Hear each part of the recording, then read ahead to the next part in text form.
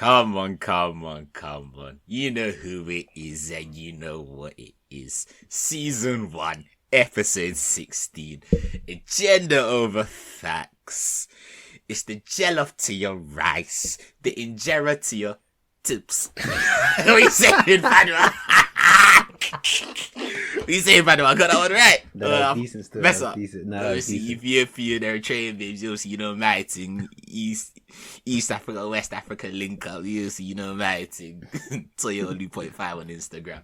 But obviously, more chemistry than Marcus Rashford and Jadon Sancho on opposite flanks of that Manchester United starting 11. Yeah, I love it. Young British black talent in my team.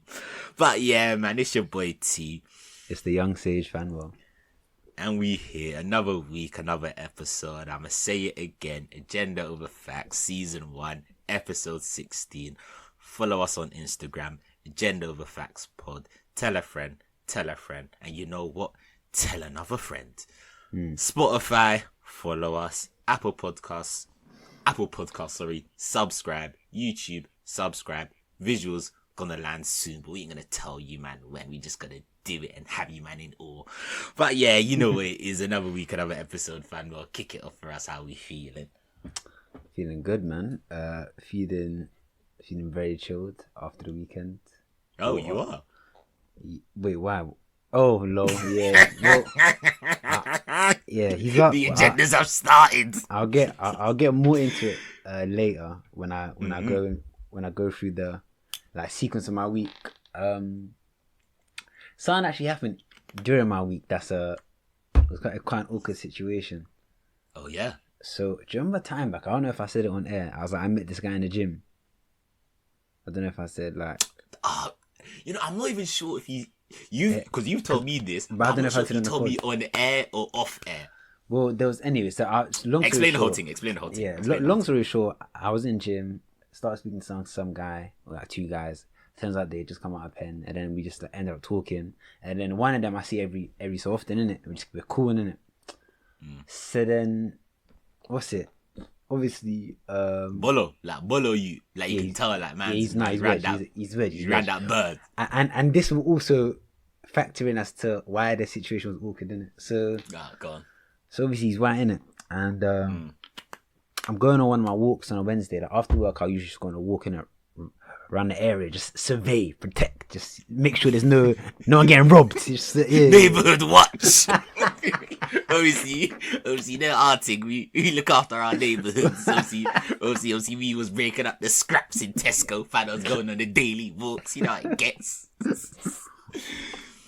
So then, I'm walking around it, and I've got like a designated route. Like, it's like a little 15-minute little path through, and then come back to mine. So then on this path, I see him again. I'm like, oh, yo, what are you saying? He's walking his dog. I'm like, oh, yeah, what are you saying? Blah, blah, talking. And he boys you would have hated the dog. It's one of them big, you know them big bulldogs, yeah? So then man's walking it, and then he just gives me the leash, and he goes, yeah, go on, hold it. I'm like, right. So then, bro, this dog, Bolo, like strong. Like, it was pulling me about, I can't lie. And you know, the mad thing is, if you see me, yeah, if I was in that position, yeah, the mad thing is, I don't want to hold the dog. I'm scared of the dog. But this dog is fresh herb in it. So bro, whatever, if man tells me to hold the dog, I'll hold the dog. Bro, it's a strong dog, bro. And then I'm walking it, and he goes, don't let the dog control you. I'm like, I say nothing. The dog's moving bare, and I'm just like, so then I start putting it more in it.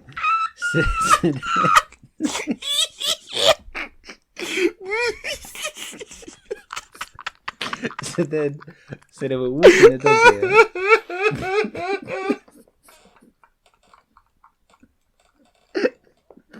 Man, wait, God. Sorry. What made you cringe so much? No, it's just like, when people tell stories, yeah, and then you picture stuff in your head. Like, I was just picturing a guy that's fresh and one fuck off dog, yeah, just saying, hey, yo, hold the dog, bro. And there's that one where, yeah, I know, obviously, you're not scared of dogs, but in your head, you're thinking, hey, man, that's not trying to hold this dog, but you ain't trying to say no to follow, yeah, see. You know what's jokes? I used to be petrified of dogs when I was younger, like shit scared of dogs. And then I think over time, people around me had dogs in it. Even now, I'm still a bit like, I'm not one of them ones where I see a random dog and I go, oh, hey, you, and start petting. I'm just more like, yo, what you saying? Like everything good. Like, I'll spud it if anything. I'm not going to start petting it or whatever. So what changed? I clocked one day that it was a choice. Because deep it, every time. Oh, you're one of them, man. No, but then deep it, every single time you see a dog, you reinforce the thought, I have to remember I'm scared of dogs. Like even Tessa used to be scared of dogs. She's been realizing recently she's getting less and less scared of dogs. I'm not gonna. I will say that she's meditating, but that's something else. But yeah, she's becoming less. She's becoming less scared of dogs. It's not the gender of the facts episode. If Fanuel doesn't mention either meditate. Hey, do you know what's so jokes? Later on in my story, something happened with someone else that I'm motivating it. Anyway, we should. I can't lie. Yeah, if we ever do like a live show or something, yeah, it should be a drinking game. There should be a shot game every time you say meditation, yoga, frequencies, spirits, or anytime I say, do you get what I mean? Or hey, it's like. And niggas every time we say them statements, you gotta do a shot. Niggas are getting home after that live show. What's it? So yeah, now walking a dog, and the dog basically hadn't shit in like a day or two. It was like, ew. Yeah. So I don't know if that's long or not, so I can't. Nah, I think it was. He was saying that its anal glands are swollen. So we're walking, and he gives it to me, and because he won't shit, and then we're just walking, and then it just starts shitting. It's the vibes, isn't it? It felt relaxed. Fuck off. It felt relaxed, and me just started busting its shit. So then, walking about now, and then, walked it back to his yard, and it's the first time I've been to his yard, isn't it? So then he's just playing tunes on the speaker. Was he just like, road trip to my crib sort of a thing? Basically, yeah. We're talking to each other. Oh, okay. So then now he's blasting tunes and he's like, I spit. I was like, you swear? I was like, yeah, me too a little bit. And then, he showed me something. He's actually hard, I can't lie. He's hard still. What sort of music? Was it like pain? Drill. It was drill, bro. It was drill. Oh, it was drill. Okay. Yeah, it was drill. And then, I just saw dollar signs. I was thinking, bro, white guy drill. The USP is a madness. Yeah. So then, like H&RD vibes. Yeah. So then, I think maybe that was a Wednesday or Tuesday or something. Then I must have left that time, but then we had said, you know what, we'll write together another time. Like we'll actually write bars together. Oh, okay. So I've gone back another day, and then this is in the weekend. I think this might have been Wednesday. Then I might have missaid the day that I actually went the first time. But then I've gone over now. It was after work. The second time. This is the second time now, yeah? Yeah. So then I've gone to his yard down. We're writing bars, innit? So he's gone. So this is where it got a bit awkward, innit? So he goes, I've written a hook for you, and I was like, calm. So the hook for you, as in for you to sing? Yeah. Or like spit or something? Okay. I'm like, cool.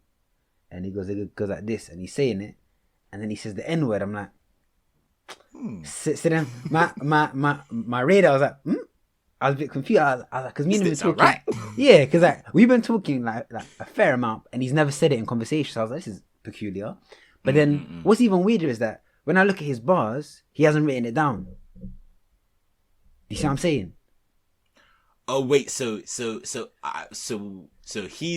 made the bars for you, and he's written down the bars for you. But obviously he's written down the bars, but when it gets to the word nigga, what's there?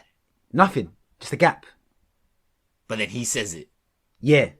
Okay. So now I'm thinking, okay. So then in my head I was like, so I even said to him, I was like, what? He goes, yeah, no, that part's for you because you can say it. And I was like, I was like, okay. And then I felt a bit weird, did it? I felt, yeah. Because I was like, okay, I understand. That's why I was like, wait, so you haven't written it down? He goes, yeah, because I can't say that word. And I kind of got what you're trying to say. So the reason why I felt weird is because any other situation, there and then, I'm correcting it, innit? Like, even there was one time it happened in gym. It was some Asian guy. He said it, and I was like, bro, you can't say that word. Now, it got me thinking, and I even messaged this to you, remember, in our chat. I know. I did have a couple of questions to ask. Yeah, I was like, why in that moment did I not feel to instantly correct it? Because he's been jail. That's the honest truth. I think that is the honest truth. Because you don't know what's gonna happen. Like, because I might be, because more time I know for a fact, and I think because I saw him today, and then that will conclude the story, innit? But he has friends in Penn or whatever that they've normalized it. It's calm, maybe who are black as on it. Yeah. So, and obviously I don't want to go in there thinking I'm the fucking dog, so to be like, actually, mate, you can't say that. Done. I'm taking that. I think you talk to me like that in my crib, yeah? Nah, you know, he's actually a proper calm guy. So then, like, I've let it slide while we're there, right in the bars, yeah, or like just spitting them, and while I'm spitting them, he's not saying them.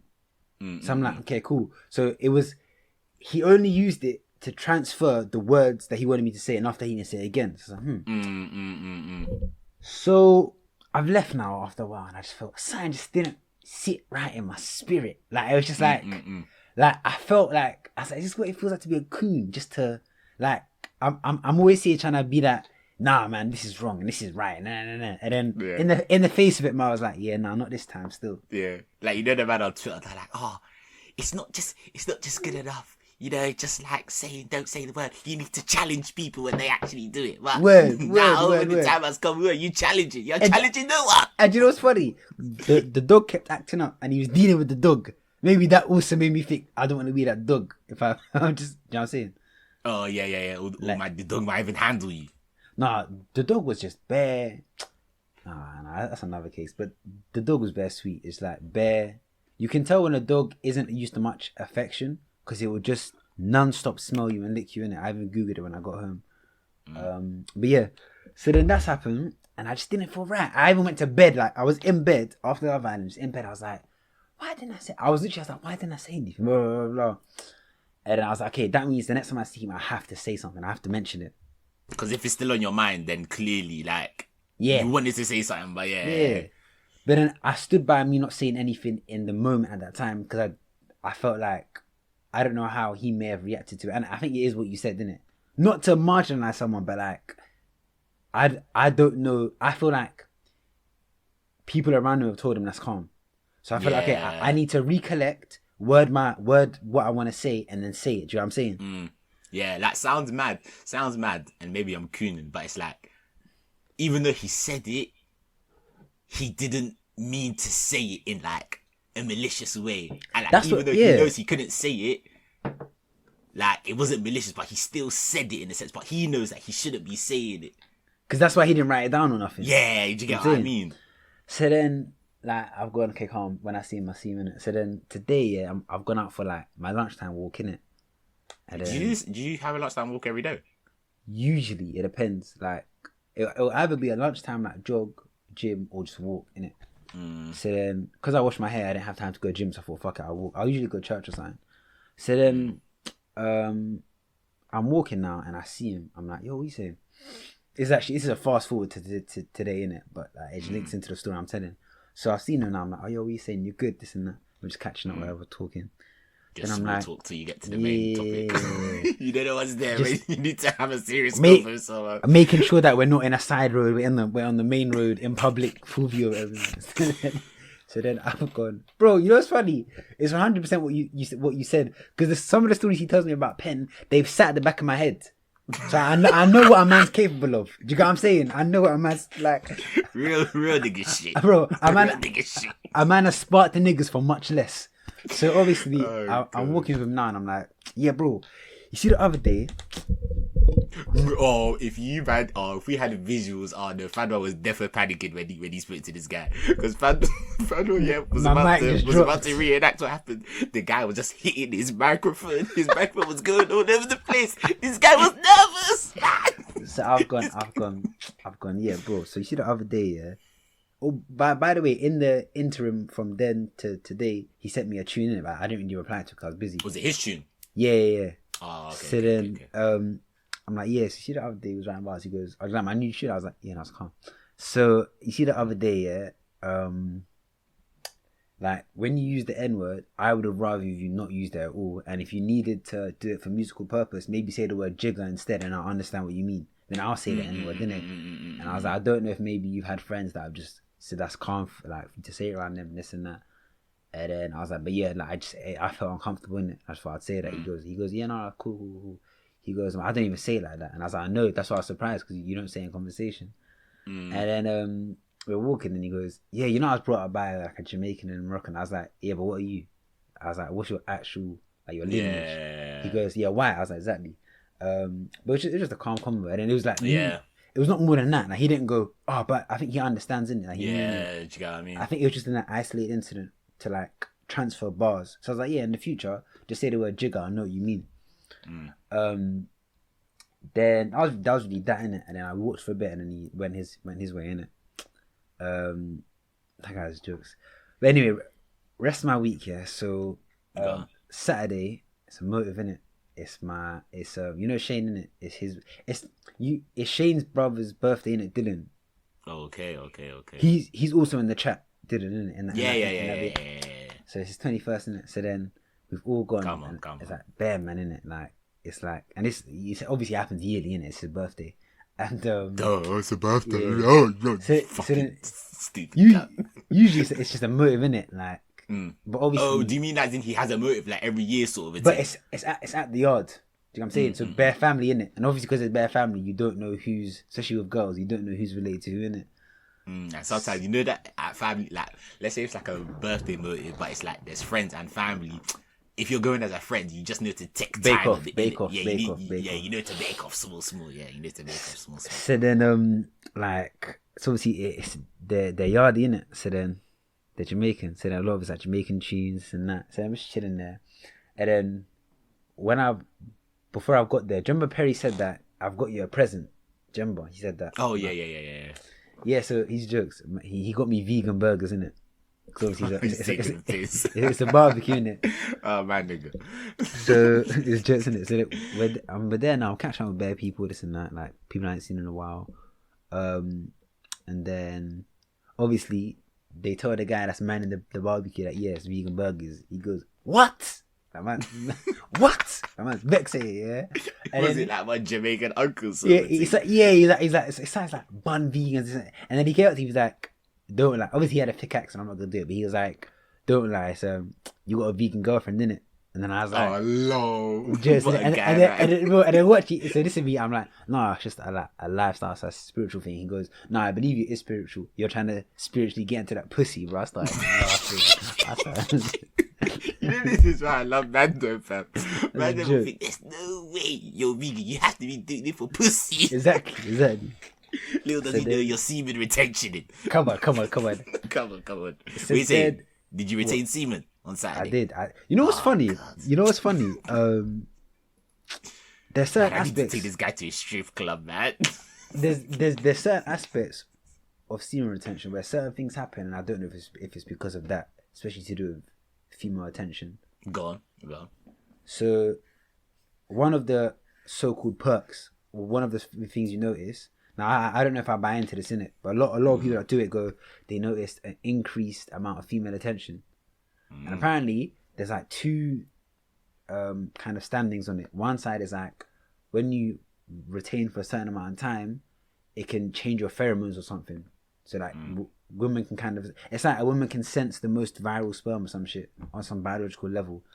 And then the other is that maybe you have a different type of glow or something. And I sometimes notice it, but then I don't know if it's just me subconsciously, like maybe more confident for some other reason. You read that. Confirmation bias type shit. So anyway, so I had a motive now, and then like I've given them the vegan burgers to put on the barbecue, and then they go, yeah, we need you back at the barbecue. I come out to look at it, and they go, we don't know when it's done because it's not meat in it, so they can't tell. So yeah, it's like a different sort of like a brownish, blackish. Exactly. Yeah. It goes more like. It's a weird one, I can't lie. It's like lighter brown than like barbecue brown, isn't it? Yeah. So then, like, obviously, it's eventually been done and I've had it now. So the motive's just calm. And then now, close to the end of it, I'm sitting down in it. Quick question, sorry to cut you off, yeah. How, like, you know the difference in taste between the vegan burgers and actual like barbecue burgers, yeah? Because you know, like, there's a difference between like a burger that like you might just fry, yeah, and a barbecue burger. Like a barbecue burger has that smoky taste, that like charcoal taste. Like there's nothing that beats a barbecue burger, in my opinion, innit? Like, do you get that smoky infused like taste when you have a vegan burger, if you get what I mean? So I didn't get that from the one that I had on Saturday, but do you remember last week when I went to see like Marcel, Saf and Raj and we did the outdoor barbecue? Those burgers I did, and they're called, I think they're Beyond Burgers or Impossible Burgers. They taste like real. Oh, are they like supposed to be like the closest you can get, sort of a thing? I think so. Yeah. Okay.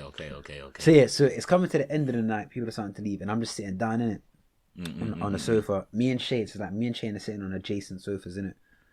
Not adjacent, perpendicular. So it's like a right angle. Bro, Fanuel, you are using some mathematical terminology that people just will not understand, fam. Like, I know what you mean when you say adjacent and perpendicular, but so, understand the nigga ain't gonna remember, man. From GCSE. So the sofas were just like a right angle, innit? So I'm on the edge and he's on the other edge. That's adjacent, alive. No, I think adjacent is when they're next to each other. That's why I switched it. So that's why No, I swear. Adjacent is next to each other. Oh, bro, you see, even me, how could I even say a minute ago that normal people understand? I don't even understand. Nah, adjacent, I swear adjacent's a right angle thing. No, perpendicular is right angle. No, oh, no, that's, oh shit, no. I was thinking perpendicular is parallel. Wait, adjacent. Nah, I can confirm parallel is parallel. God. So you look at me, I tried looking like a snob and I've ended up being snobbed myself. Wait, go on. Wait, are you checking adjacent or perpendicular? Adjacent should be next to each other. Adjacent is next to or adjoining something else. Yeah, and then perpendicular is right angle. Perpendicular is right angle. Guys, I'm so sorry, but I really need to check this. No, but there's definitely someone listening that also didn't know the difference. Perpendicular is a right angle. I was right. That's what I've been saying. That's why I changed it from adjacent to perpendicular. Oh no! I'm bugging. I said adjacent was right angle. Yeah. But adjacent is next to or adjoining to something else. So wait. I'm gonna Google adjoining. Oh no! Fuck off. Can a right angle be adjacent? Two right angles can be adjacent angles. So technically, adjacent can be perpendicular. Nah, but that's like in a square, isn't it? Two right angles can be adjacent. They're next to each other. I feel like. Yeah, I think it's better just adjacent. Just going forward, adjacent just means next to, because that's how most people use it when they're trying to say something. Say no more. I can't. But then, go on. Go on. Alright, cool. Yeah. So if you have two lines that are parallel, obviously parallel is two lines that never meet, innit? Yeah. But if two lines are parallel, does that mean that they're adjacent because they're next to each other? Yeah, I guess. That makes sense. Oh, do you know what's going to happen? I know what's going to happen, yeah. Someone's going to listen to this, yeah, and then I know someone's going to message you, be like, oh, you fucking idiot. Adjacent means this, perpendicular means this, right angle means this. And I have names in my head of people that are going to do this, innit? And I want to see if they message me. And next week, if they message me, I'm going to say that they message me, and I'm going to name and shame them, because I know I've got 3 people in my head who are going to do it. I know Lewis is one, because in our group chat, when he'll listen back, he'll be like, T, how did you not know what that meant? They're laughing faces. Or favour as well. Actually, I've got 4 now, for fuck's sake. But anyway, carry on. A favour would do it too. So then we're sitting down and we're just talking, and then there are these 2 girls that obviously like Shane knows, innit? They're like part family, part like these people are always at the functions, but I've never really spoken to them. So they've come and sit down next to me, innit? And do you know what I was doing? I was practicing for my theory test. And I was just there doing questions, innit? Because it's got to the end of the night, I'm like, okay, I've set up enough vibes. Let me just start doing some more tests. Yeah. So I'm sitting there doing it, and then the girl next to me looks over. And then she goes, what are you doing? I'm like, just doing some theory tests, innit? She goes, I know what that is. And then I go, okay, cool. So I click her answer, get it wrong. I was like, I swear you drive. She goes, yeah. I was like, fucking hell. She got it wrong on purpose, bro. She got it wrong on purpose. Nah, man, nah. Bro, bro, what was I saying last week about girls, bro? They are methodical. We give benefit of the doubt to girls too much. You know some girls, yeah? I'm telling you, if that girl says she's thinking, how do I make this conversation stretch? Alright, cool. That's interesting. You get the question right. You're just like, oh, okay, thank you. You go back to doing your test. You get it wrong now. No way, bro. Okay, you get it wrong. She's like, oh, look at you got it wrong. And then she'd be like, oh, just shut up. Like, come on. And then the convo starts. That's how that's actually what happens. I can't lie. That's actually what happens. I'm telling you, bro, girls are smart, bro. We underestimate them too much as men. Because I bust a joke to that, and then that started a convo. So then now it's me. Clicking and ticking and jangling. Yeah, so then one of them is Shane's cousin, innit? So then the one like further out. So we're all talking now. And then she's like, I'm just like getting her, like chatting to each other, and she goes, "Oh, I do no, she went, I just finished uni." I was like, "Oh, cool. what'd you do?" She was like, "Oh, I did psychology and criminology." And then I was You're like, thinking energies, frequencies, spirituality. you know what's so funny, T? Hold that thought, because in about 2 minutes, it's gonna go to another level. So then, Oh God, here you go. so then, yeah. So she goes, "I study psychology and criminology," and I go, "Ah, I bet you're good at reading people then, because all of them think that, innit? Any girl that does psychology or they think they're banging at reading people, innit?" Yeah, they So do. I go, yeah. So I bet you're good at reading people. She goes, "Yeah, I'm banging." I was like, "Read me then." And then she goes, Can you see how the cover was just? Yes, you've even stopped studying for your theory test. I've gone, fuck this. You've taken your eyes off the prize. Now it's on another prize. When the nigga says read me, come on. Now she's staring into your eyes. Eye contact. She's looking into you. Oh yeah, baby. T, you alright? You okay, bro? It's been a while, man. It's been a while. And this nigga's secretly retaining his semen as well, bro. Not my choice, mate. Not my choice. Not my choice, like so then, see if you agree with this as well, innit? So I'm like, yeah, read me them. She goes, okay. So bear in mind, she's seen me at a few of these motives, innit, at that yard. So she goes, okay, I get the feeling that you're an introvert, but then you're also quite outgoing. And then she's like, you seem quite laid back, but she feels like if I was in a relationship, I wouldn't take shit. Like, that's kind of the most of it, innit? What do you think? And then I clocked why she said it. So she says introvert, because when I was there, I was quite quiet. I wasn't speaking that much. And I think the times I've been there before, previously, I've kind of been the same. I don't really talk too much. Wait, what are you doing? I feel like you're Googling a word. Yeah, do you know what it is? I feel as if, I know the definition of introvert and extrovert, yeah, but I feel as if, like, people, it's one of them words that people love using because it makes them feel smarter, yeah, then they end up misusing the word, and, like, when a lot of people start to carry on misusing a word, then, like the general person, like, loses the actual meaning of the word. You get what I'm trying to say? Yeah, so introvert is just someone that, they tend to get recharged from spending time by themselves, whereas an extrovert gets recharged through social interaction. So like me, I'm an ambivert. That's someone in the middle. You kind of like, because I have introverted tendencies and extroverted. But yeah, so she's read me, then I've read her back, and then we've opened the conversation, and then so it's 4 of us speaking, and then 5 of us, because I think Shane's other friend or whatever, and we're talking, and then somehow I've asked about the cuddling thing, innit? Just to get a female. Bro, I can't like T. Shall be real. No, T. Fanuel, just let me land. Please let me land. Please, Fanuel, this is the second week in a row. So every week, it's more girls' opinions, isn't it? Every week after we have had this conversation, yeah, you have brought it up on the episode. Every week, just let it go, nigga. Do you know what's mad? If you wanna cuddle your friends, if you wanna cuddle your friend's ass and suck your friend's breasts, that's fine by me. You go ahead and do that, mate. You go ahead and do that. No one's stopping you. You don't need validation from anyone. Go suck your best friend's breasts. It's fine. I'll be real, yeah. They patterned it completely. Like, as in I was like the way they put it, because obviously they're girls, innit? Because I wanted more of a girls. Nah, they patterned it still. They were like, yeah, nah, it can't run. And they explained why, and I was like, fairs.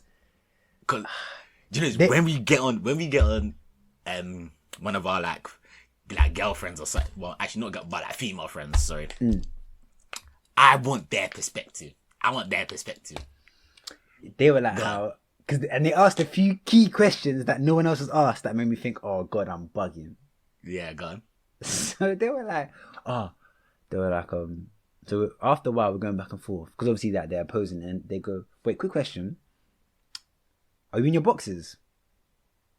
And I'm like, wait, say that again, sorry, I didn't hear that.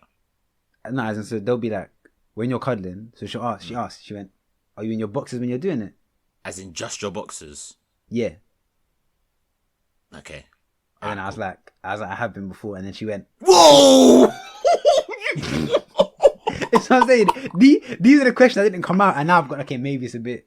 Fanuel, you cheeky rascal, you are. And then, You're cheeky rascal. And then Dave Gagne was the girl wearing. They had a name for it, but it's like those shorts that are mad tight. There's a name for them, but I can't remember them. Like booty riders or something like that. Something like that. Or booty panties, yeah. It's that, and then they go, was she wearing that? And I was like, yeah.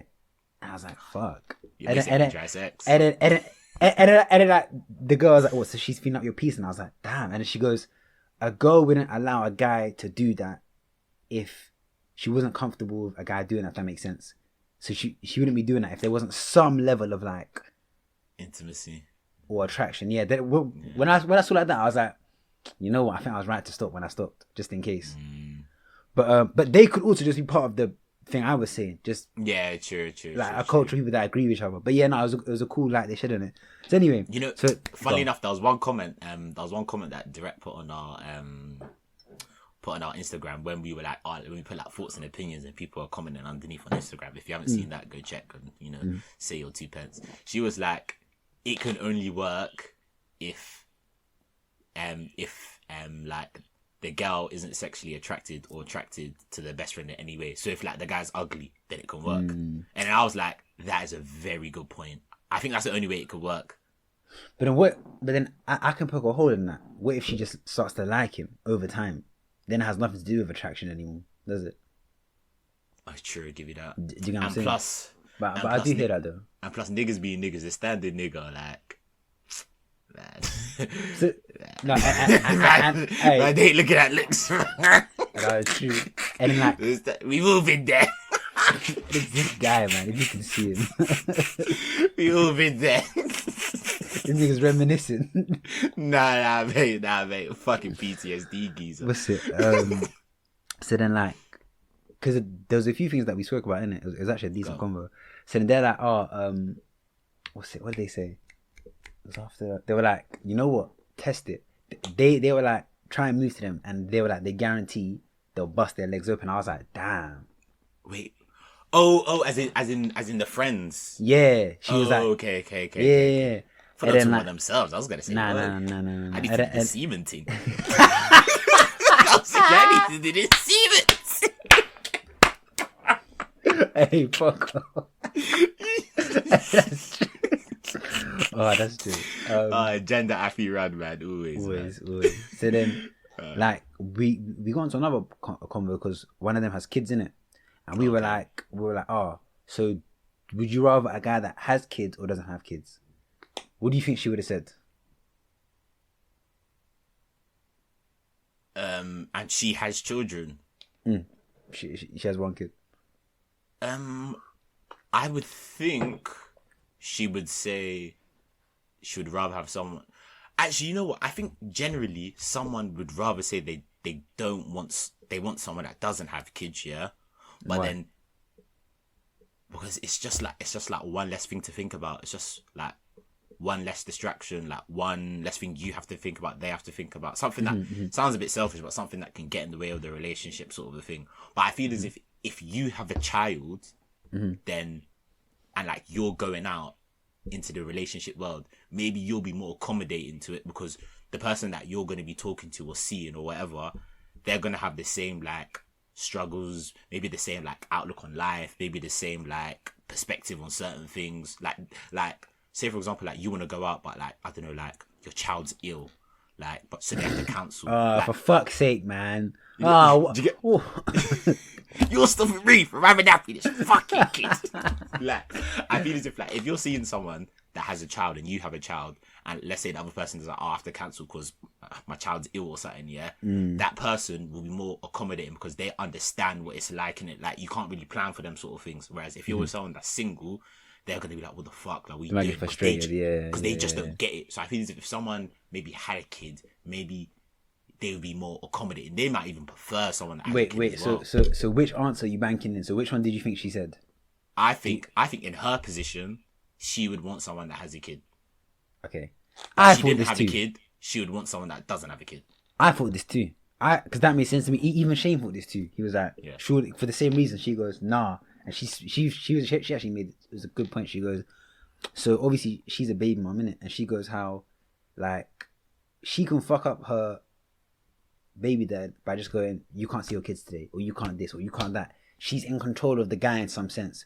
So she was like, she doesn't want to date a guy where another woman has that much control over him, where it can fuck up their relationship. And I was like, I hear that. I actually do hear that.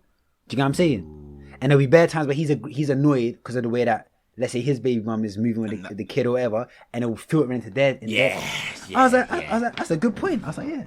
But then so then we carry on the conversation, and then this is where, decent, isn't it? This is where it gets. Remember I said the level's raised, isn't it? So the other girl starts talking more, and she goes, how basically, like,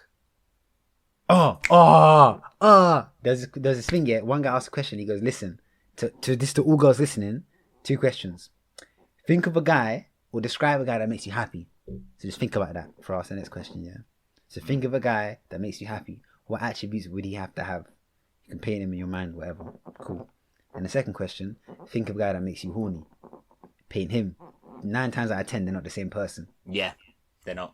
Yeah, so then the girls were discussing this, and one girl was like how she had to basically train herself to want good, which I thought was quite cool. She was like how she clocked that she was engaging in like situationships and whatever and stuff like that, where like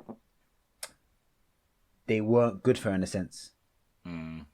So then she had to then like retrain herself, like, and she was like how it was tied to her self-respect, self-esteem, and I was just bare surprised, like, oh calm, some mad level of self-awareness. You're sort of woman, innit? So bro, listen, so I go, so like, how did you make that realization of your patterns to then change? She goes, I know what she's gonna say. Then she goes, yeah, and I started meditating, and then I went celebratory, and I was like, what are the chances? And then she went, and then I even started getting into crystals. While I was running the crystal, I was like, damn.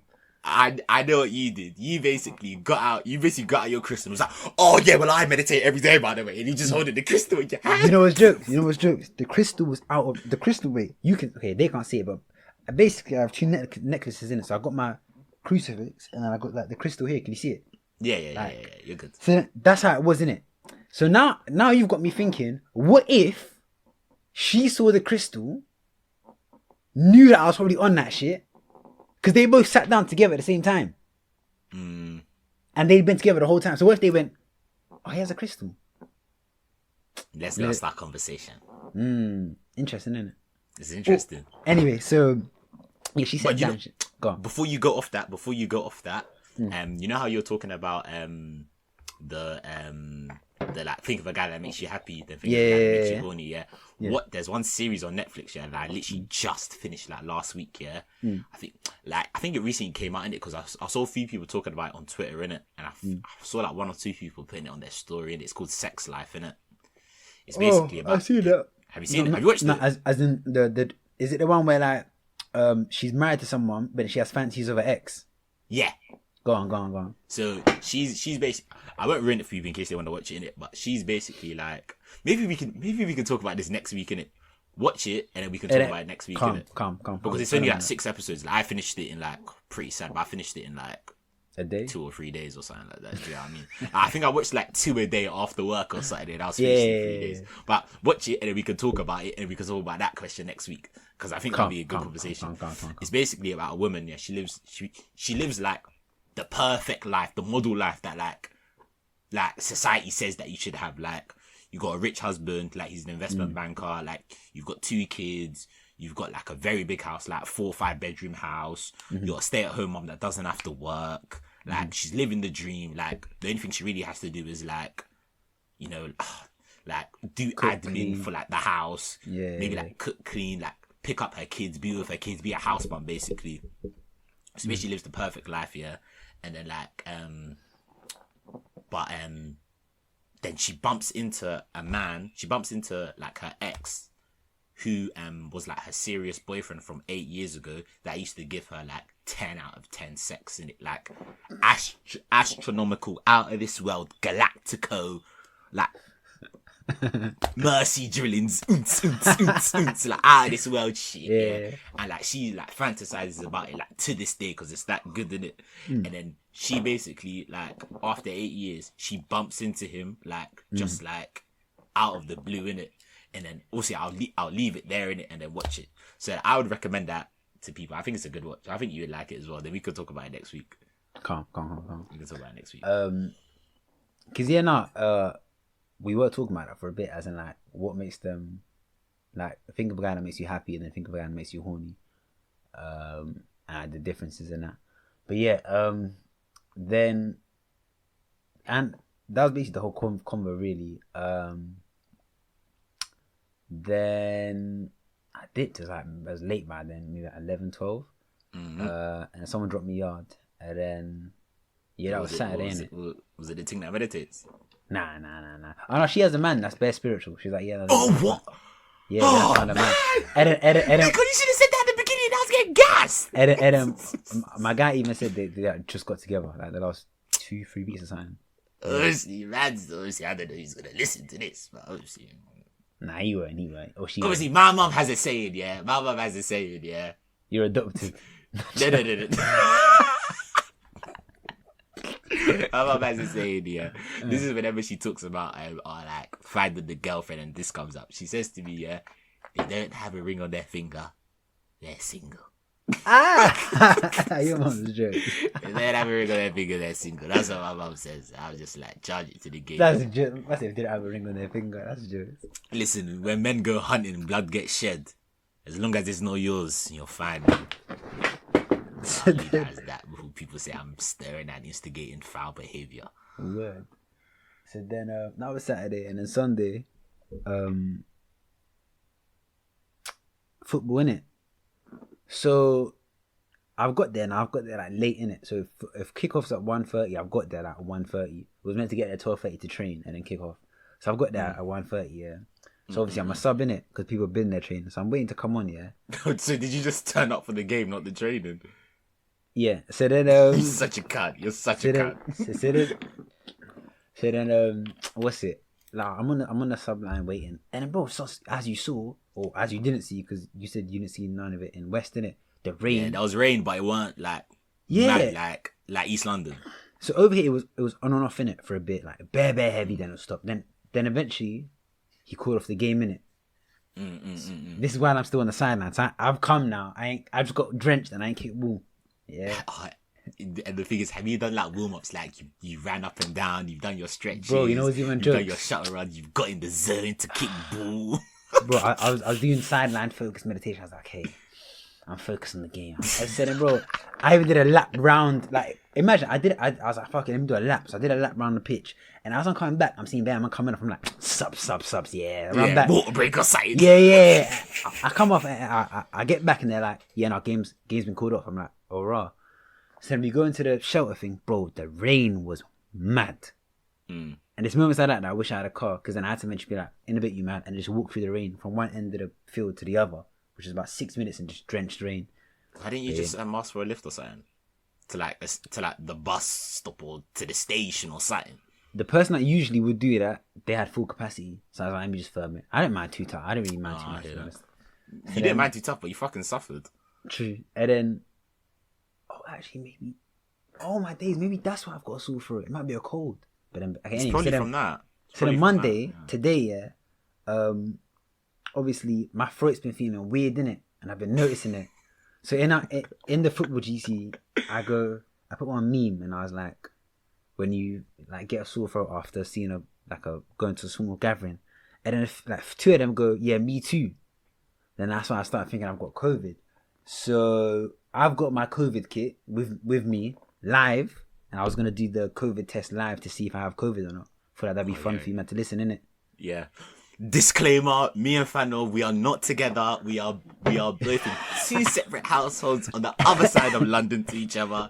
So if he has COVID, I categorically do not have COVID in case my employers want to listen to this. But Fanuel, while you get your test kit, yeah, I'm on top. You start doing it. Oh, let me get my laptop. Let me get a laptop charger. I'll be like 1 minute. Cool. So,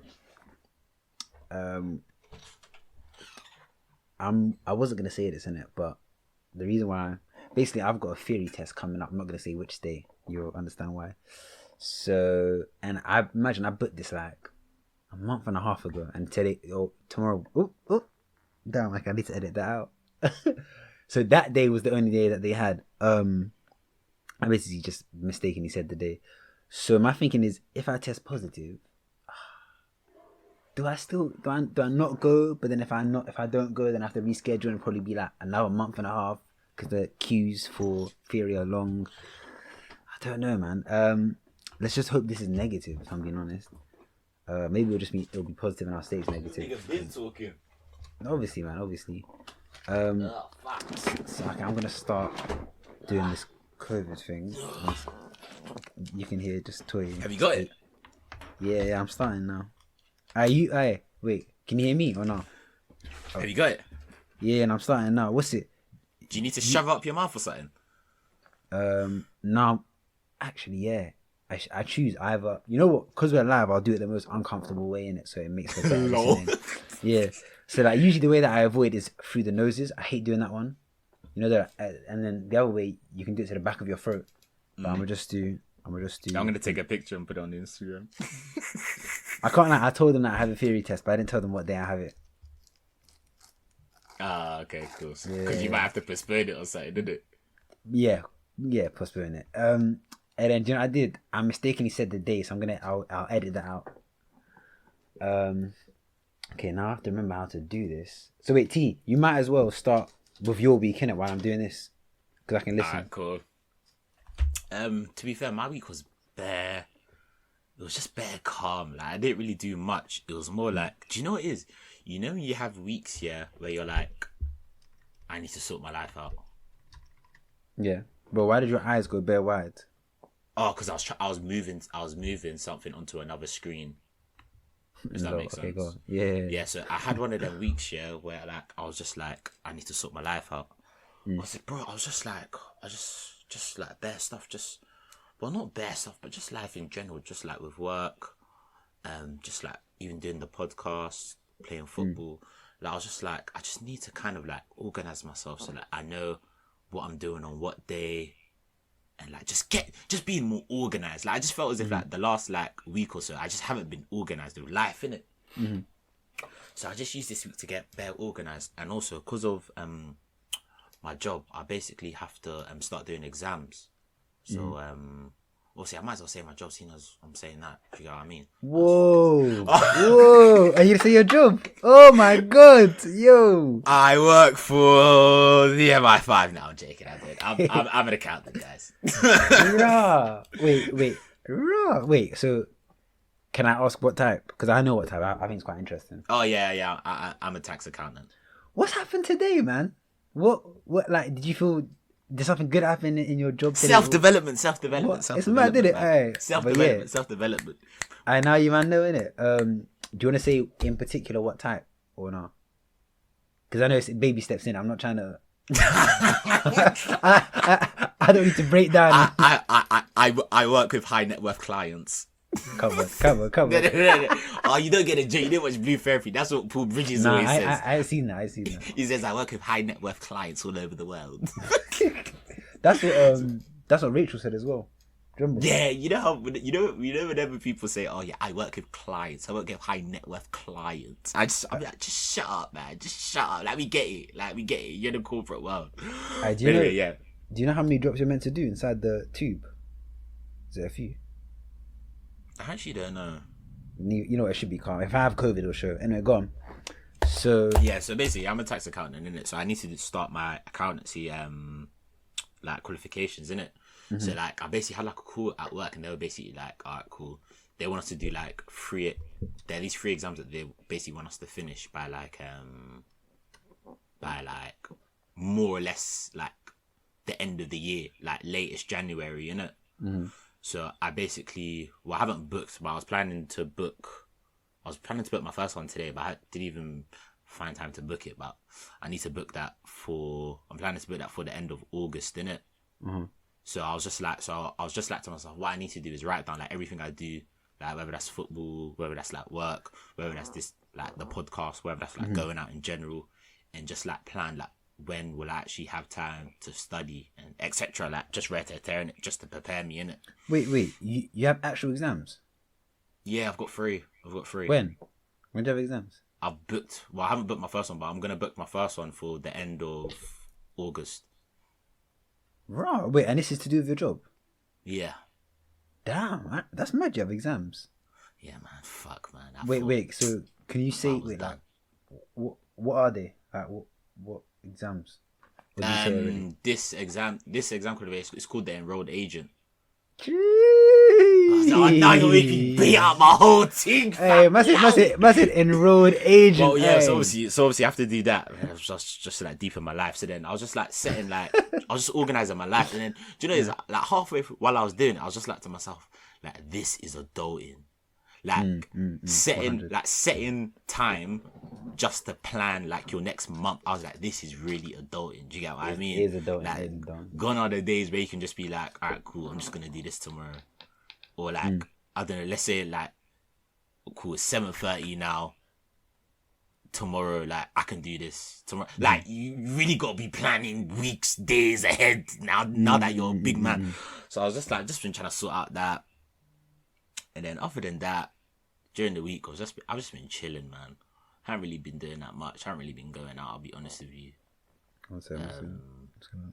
And then Saturday. Oh god, I need to get a picture of this. It's fucking hilarious.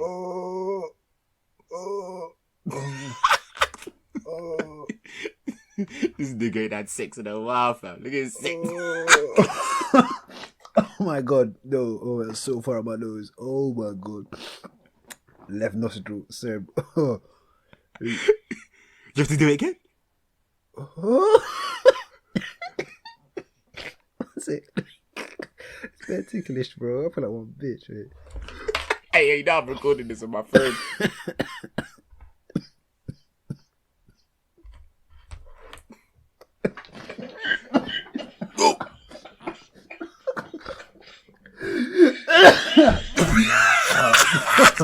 Oh my god, bro. I was dancing around my nose. Alright, bro. Okay, the hard bit should be done, so now I can just listen. So go on. You was adulting. Oh my god. Yes, other than that, just been like nothing much has really happened during this week. I'll be honest with you, my week's just been bare calm. Like, I've just been chilling.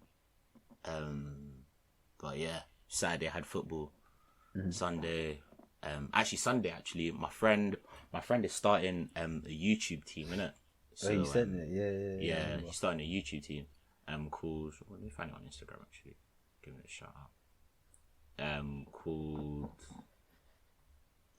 Called Div 6 D6 Football Club.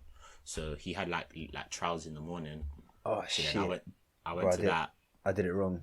You did it wrong. You have to do it again. I have to do both. You have to do both what? Both throat and nose. Oh, you're pissed. What should I do? Pissed. Do you think? But I swear, some people can just do nose. Oh, bro, I can't lie. How did you do it? How did you do it when you did it? I'll be real with you. I ain't done a COVID test. I've never done one. No, do you know what? That's just gonna have to be enough. I've literally never done one. That's gonna have to be enough then. If my COVID is COVID enough, it should pass through. Definitely got picked. You know, I recorded you doing the test. I must have looked buzz. Oh, you looked fucking ugly. You know this. In fact, I'll put it on the Instagram because the sounds you're making were brazy. That's how I know in the game been having sex, man. But yeah, so then I've just been chilling, and then Sunday, I went to that trial in the morning, which was it was mainly just like just like kicking ball, and then came home, chilled. But yeah, my week's been boring. I'll be real with you, man. Even when we were about to come on, I was like, bro, I haven't got much to say for my week, and it's just been like a standard, calm, lax, chill week, innit? More just me like just getting my life together, sort of a thing. So, but yeah, man, it's been good. It's been good. We charge it to the game. We move. We good. We moving. Steady. I forgot one more part here. I'm now adding the liquid to the strip. Oh yeah. Wait. Before you go to the next part, let's get the results for your test. No, so I've just put the liquid down. I think you have to wait a while for it to. Whoa. You have to wait a while. Oh, nigga, thought you had COVID. Bro, it got dark so quick. Whoa. Wait, how can you tell? Let me see. I think there's like a C and a T, and I think if it goes to T, you have COVID. If it's C, you don't have COVID. I think. Alright, so right now it's still just it's forming the colour. So you're saying if it's one line on T, it's COVID. I think you have COVID, and if it's one line on C, you don't. But double check because I'm not 100% sure. It might be the other way around. How to tell if I have COVID? One sec, guys. Okay. But I really hope I don't have it, man. It's just so inconvenient. Because you have to isolate and that, innit? Yeah, and potentially. But I think the rules are changing. Actually, I don't know. I don't know part of propaganda, but I'm pretty sure if you're double vaxxed, like quarantine and isolation. Oh. Yeah, I'm single vaxxed. Yeah, you quarantine. Yeah, you quarantine. Alright, 2 drops. Okay. Oh, so it's gonna be 30 minutes anyway. So I should leave that. Yeah, okay, we can go through like one topic and then you can look after or something like that, innit? Okay, so right now it's got one C in it. So a negative result would be if you have one line by C and no line by T. This is called a negative result. So hopefully that's what it will stay at. Positive result. If you have one line by C and one line by T, this is called positive. Void result is if it's just T. So we'll find out. Cool. So I'll leave that to the side. Have you got more than one, just in case the first one you did fucked up? To double check, yeah. So yeah, basically, you see when it was like a heat wave, I bought I don't know if I said this last week, but I bought some fans. I bought some. Oh yeah. And I don't know if you get this as well, but maybe it's a man thing. When you buy something and you just go, like, let's say it took while it was on, I just put my hand in it. It's cold, isn't it? Yeah, it's cold. Pretty chilly. Just like every so often, just to remind that because of my money and what I spent on, the yard is now cooler. I was doing it bare. So I just walk past and be like, oh, so it spins round. It's pretty good. It's pretty good, isn't it? I provide for the household. Yeah, breadwinner, not breadwinner. No, do you know what? Yeah, Pool bridges approved. My mum even tested my manhood. Yeah, I was like, because when I was buying them, it was like £169 together because there's 2 of them. So then I was like, well, off air, I said to you, it's been a rough month. Bare expenses are coming out. So obviously I said to my mum, I was like, okay, calm me, I'll buy them. Just like send me half in or whatever. I was like, and then she goes, don't you earn money now? I was like, your mum said that to you. I was like, okay. No, she's testing your. Hey, well, lucky you can't have that. Mum's life, you can't have that. And then I just. You have to pay rent for 6 months now. I gave I gave such a moist answer. I was like, what did you? Oh no, it was so moist. Like, I think back in about alphas last week. I know, bro. This is me. I go. Well, you make so much more. I saw that one gremlin. Oh, you didn't. Oh man. Oh. And then no, as soon as I said it, I was like, bro, what you said? I was like, and she's like, no, I said, nah, you know what? Don't worry. I've got it. It's calm. You redeemed yourself. I was like, don't worry. Like, you know, if anything, I'll send you money. It's blessed. Right, Killy. Yeah, but I just find it funny because I noticed myself being corny and going, yeah, it's really cold in here, isn't it? Yeah, it's really working, isn't it? Just because I paid for it, I was a bit moist. You just had to make. Do you know it was you were compensated for the first statement you made about but you had so much more. You were overcompensated, my Killy. You were overcompensated. If our weeks are done, then we can segue into our topic, innit, of this week. Yeah, you go. You ran that because it was your idea. To be fair, I kind of liked it. How did you think of the idea? So actually say it, the idea, and then say how you like.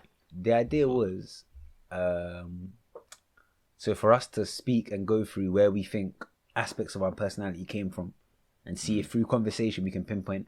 Okay, I think I got it from this. Or I think I got it from being around this person or this and that. So it's kind of just like, where did your personality come from, really? Where I thought of it, I was sitting down in deep meditation. I'm joking now. I fucking hate this nigga. There's one podcast that my friend told me about, something about something shrink, like if I was a shrink or something like that. Or anyways, I must have googled it, and I was scrolling through their episodes, and I was like, I saw this, and I was like, that's a cool, what's it? Think piece, isn't it? So, do you want to start? Oh, you know what? I think better if we start it. I'll talk about aspects, and you can do it for me. Aspects of your personality that I've noticed, and I'll be like, where do you think this came from? Yeah, go on. Yeah, cool. Go for that. So, okay. Should we do positives and negatives or what? Yeah. Should we start with positives just to get our esteem up first, and then we just start berating each other. That's true. So the first one, where do you think you got the ability to talk well, like be a socialite in a sense, and you can also link it into being funny. It's up to you. You can do them separately or do them together.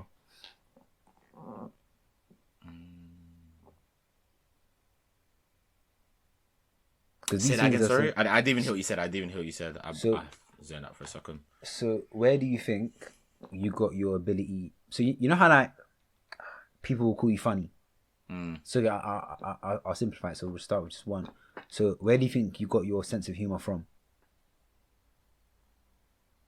You know what? I think a lot of that probably comes from. I think a lot of it comes from my family and like just the sort of dynamic in my family. I think because like I'm the youngest, innit?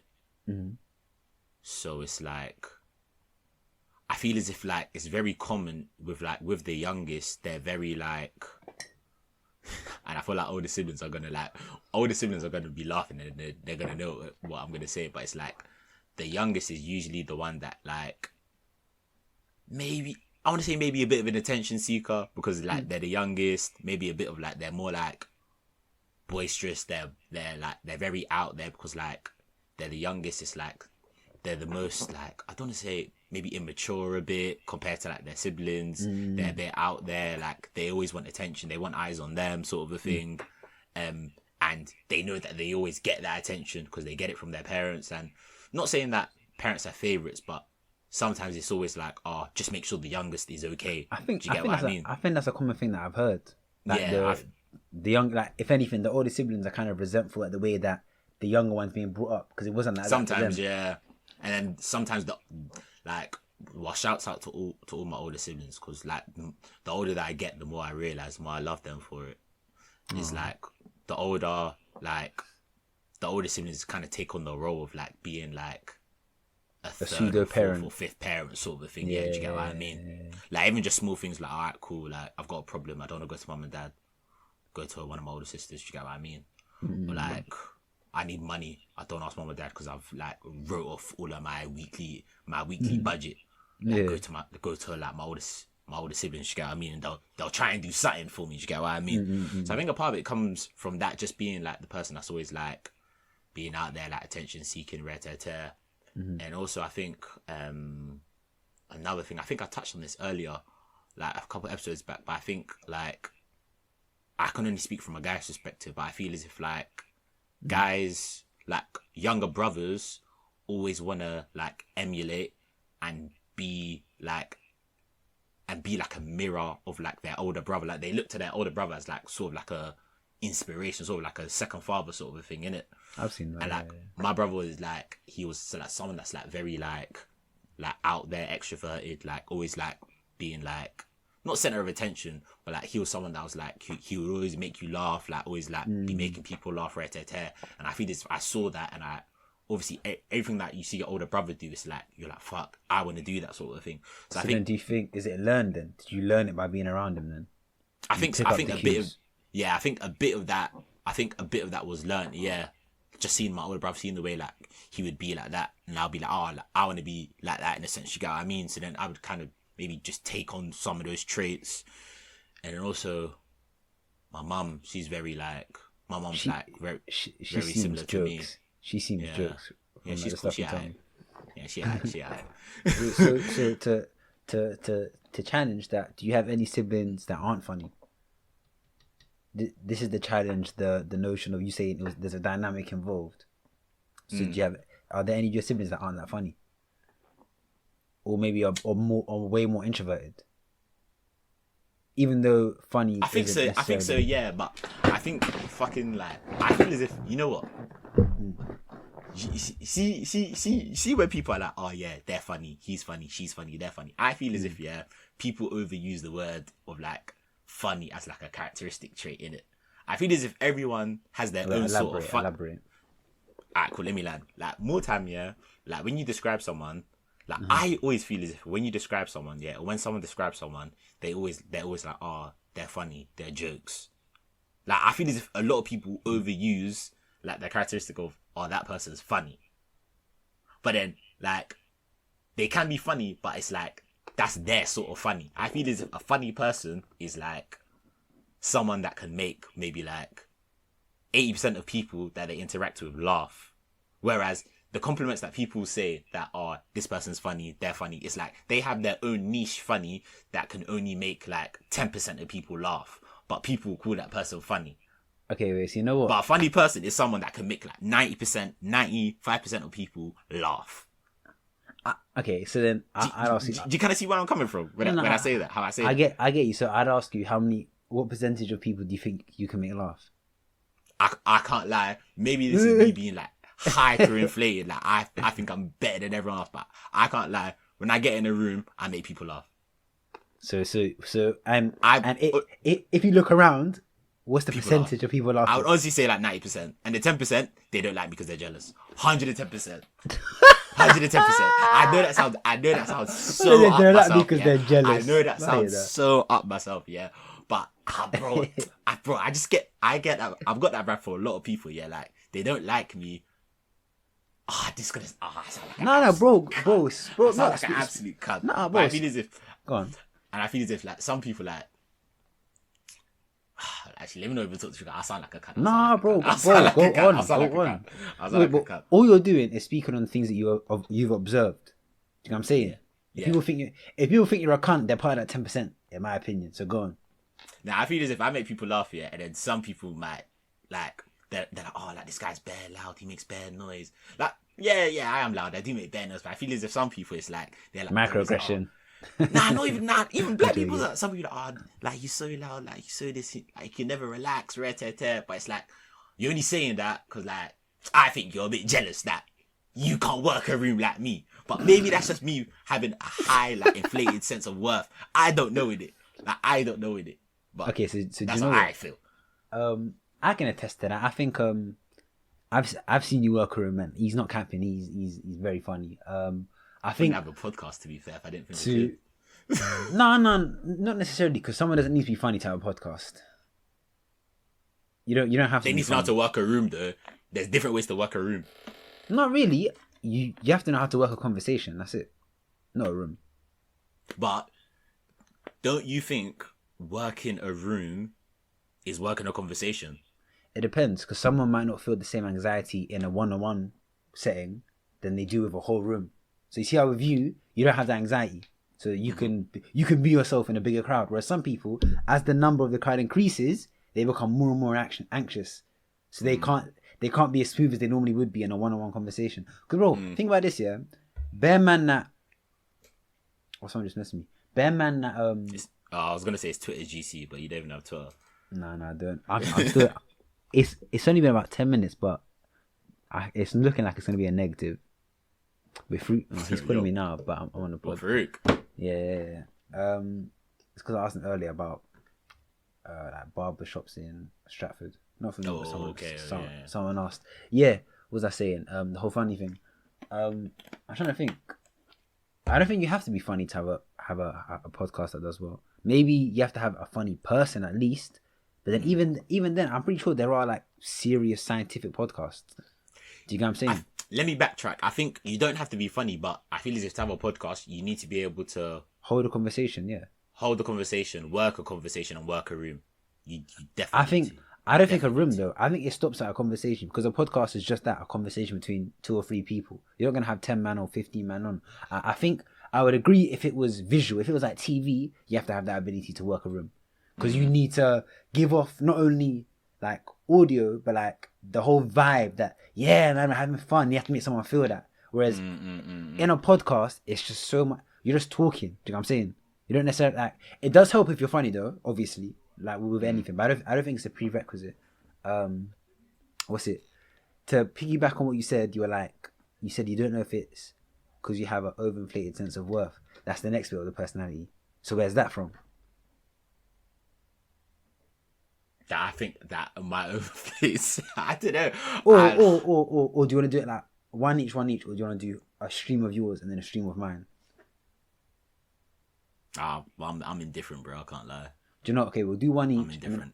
I'll do like where I think where I think I got funniness from, innit? Yeah, go on. Yeah, I'll give you that. So there's two I feel it's coming from. One is learned, definitely, because my dad was jokes in it. He was someone I can't lie, your dad's jokes, man. Yeah, remember like that time he dropped us at Stratford? He's wet, bro. He's so moist. Like he's the type with his friends. He works through a minute. Like I remember when I was younger. I used to see when I was younger. Like I wouldn't understand the language, but he's there talking. Everyone looking at him. He's making them bust up in it. So from then I've been primed. And I'm seeing it. I'm picking up cues. I'm picking up like kind of the way he's saying this and that. Now the other side of it, validation. So when I'd go to like school and that, I wasn't in a class thinking, alright, calm. Especially like in secondary. I wasn't there thinking, I want to sit down and soak up as much information as I can. I was there thinking, how many niggas can I make laugh so I feel good? Even though I didn't realize back then, it was just like, yeah, no, I like talking, but why did I like talking so much? Why could like a teacher goes, stop. I could not wait to bust another joke. Why is that? It's a validation thing. It's a validation thing. It does feel good though, making people laugh. That you're like, I did that shit. True. But I think as I've grown, I've learned there's a time and a place for it. Oh, definitely, yeah, definitely. Because I think there was one point when I could not stop, to the point where it was devaluing my funniness. Because if you're trying to be funny all the time, you're never funny. They're not always hitting, yeah. All your shots aren't hitting, yeah. Exactly. And there's times when I thought, wow, I'm so desperate to make someone else laugh. Because it's what you said, you feel good in it. So I think it's two parts. It's nurture in a sense where, it's not. It's neither of them. I was gonna say it's learned in one sense. So you see how you said you saw it was in your brother and like your family dynamic. For me, it was my dad, innit? My dad's jokes. So I learned it there. I saw him work rooms or whatever. Then at school, just wanted to make people laugh. Like it was an addiction, bro. I can't lie. It was like crack. That's really it. Like there'll probably be bare similarities in some of our traits. I remember I went for a year where I wasn't funny at all. No, I went for a few years where I wasn't funny. Like, your jokes just weren't hitting LA at all, and I think that's no why. Reception. At all, bro. Like, and I remember there was a year where they were all sex-related jokes, and I couldn't stop. Oh, I can't like that was a phase though. Maybe like year 8, year 9, maybe. Bro, I could not stop. Anytime I heard like some sort of innuendo or someone said 6, I went sex. It was just That's damn what she dumb. said. Bro, I could not stop. So yeah. So you were saying overinflated sense of self-worth. Would you say that's even? I feel like that is an attribute of a personality, innit? Because someone cannot have that. Do you think I have that attribute? Well, I think you have to, because for someone to be very confident, they need to have that. Do you see what I'm saying? And you do strike me as someone that's very confident. So I guess so. It's not a negative. Like, I think it sounds negative because of overinflated, innit? Well, overinflated seems like it's too much. Yeah. But by the way, these were your words, not mine. To me, I'd say you are overconfident, but I understand why. Do you see what I'm saying? Like, I don't myself. Like, okay, I feel like from what I've seen of you since knowing you, the way that you're received has become confirmation for the confidence that you now have. Do you see what I'm saying? So the way that people vibe off you, like whether it be girls or like guys that are laughing, whatever, it all adds into the ego, innit? Do you know what I'm saying? And I think you need to have that overinflated sense of self-worth, as you said it, to then carry on being Toye. Do you know what I'm saying? It becomes a loop in a sense. You couldn't be low confident and move the way you do. It wouldn't work. Do you see what I'm saying? But because you're overconfident, you move the way you do, and because you move the way you do, people, validate it, which it's like a loop. Do you know what I'm saying? Yeah, and it just carries on circling. Yeah. I hear you. I personally, I think there's nothing wrong with that. I think people that, I think you're right about the 10%. The people that would say that there's something wrong with that are people that are underinflated, and they can't fathom how someone would become overinflated. Yeah. Do you know what I'm saying? Yeah.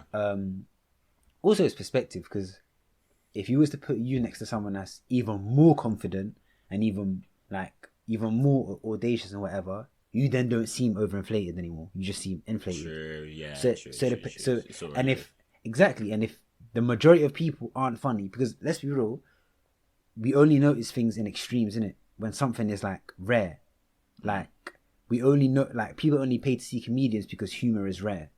Do you get what I'm saying? Otherwise, we would find every single person interesting to listen to, but that isn't the case. Yeah. So certain things are rare, and I don't think it's vain to notice these things about yourself. Do you know what I'm saying? Yeah, I feel as if there's nothing wrong with like knowing your God-given talent and being vocal about it. No. Oh, Hey, that's easy. You sound like I can't lie. You sound like a. You know what? If I sound like for the people that know me, they know I'm not a cunt. What's a God-given talent? I love that. But bro, everyone has a. Let me not come to the religious flex here, but everyone has a God-given talent. Yeah, everyone has one. Like whoever's listening to this, whoever you are, everyone has one, innit? There's some things that I think I'm very good at. Like I can make someone's laugh. I'm good at that. Do you get what I mean? But there's some things I'm absolutely shit at. I can't. Tell me to draw a picture of a house. You think I can do it? I can't do that. Like That's everyone has. That's different though. I feel like you could learn that. But then I was even deep into to rebut myself. You could probably, someone could learn to be funny. Someone can learn to be funny. I think someone could learn to be funny. Someone can learn to be funny. I think someone can. I think it'll be hard, but you can do it. But I think because people don't. Why do comedians practice? Exactly, and more time. Even if we see ourselves as funny, it's only because we learnt back in the day. We try to harnessed it for longer. Exactly, we've been practicing it for longer. Word. Whereas someone else might be like, right, it must be a natural thing. I don't think that's a real thing.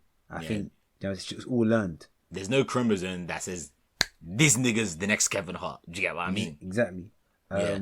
So you're saying you're like everyone has a God-given talent. Yeah, everyone has their own God-given talent. Do you get what I mean? Like you could be good at X, you could be good at Y. Person A could be good at whatever it is. Do you get what I mean? And if you know you're good at it, there's nothing wrong with like showing off what you're good at. It only becomes a problem when like you show it off, but then you show it off at the expense of others, and you become a dickhead when you're showing off your talent. Do you get what I mean?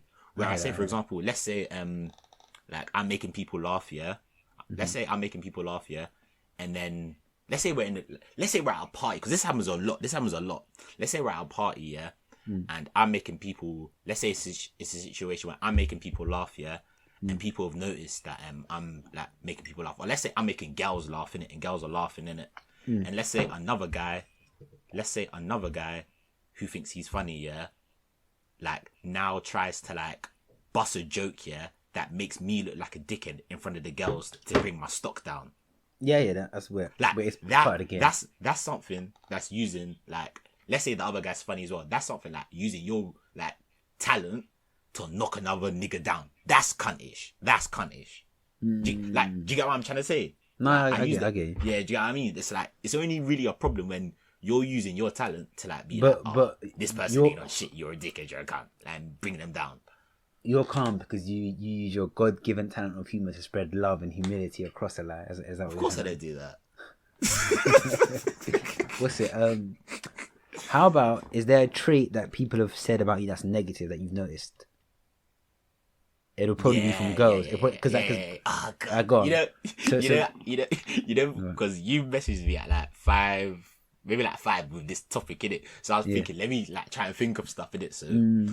So I remember not even a specific scenario, specific scenarios of the same thing that's happened.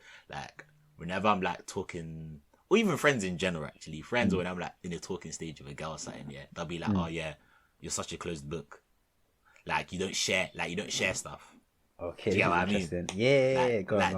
Like you're such a closed book. Like you like I know it's cliche, but like you don't open up. Like like you're bare closed, like you're bare shut off. Like I feel as if like you're hiding stuff from me, sort of a thing, innit?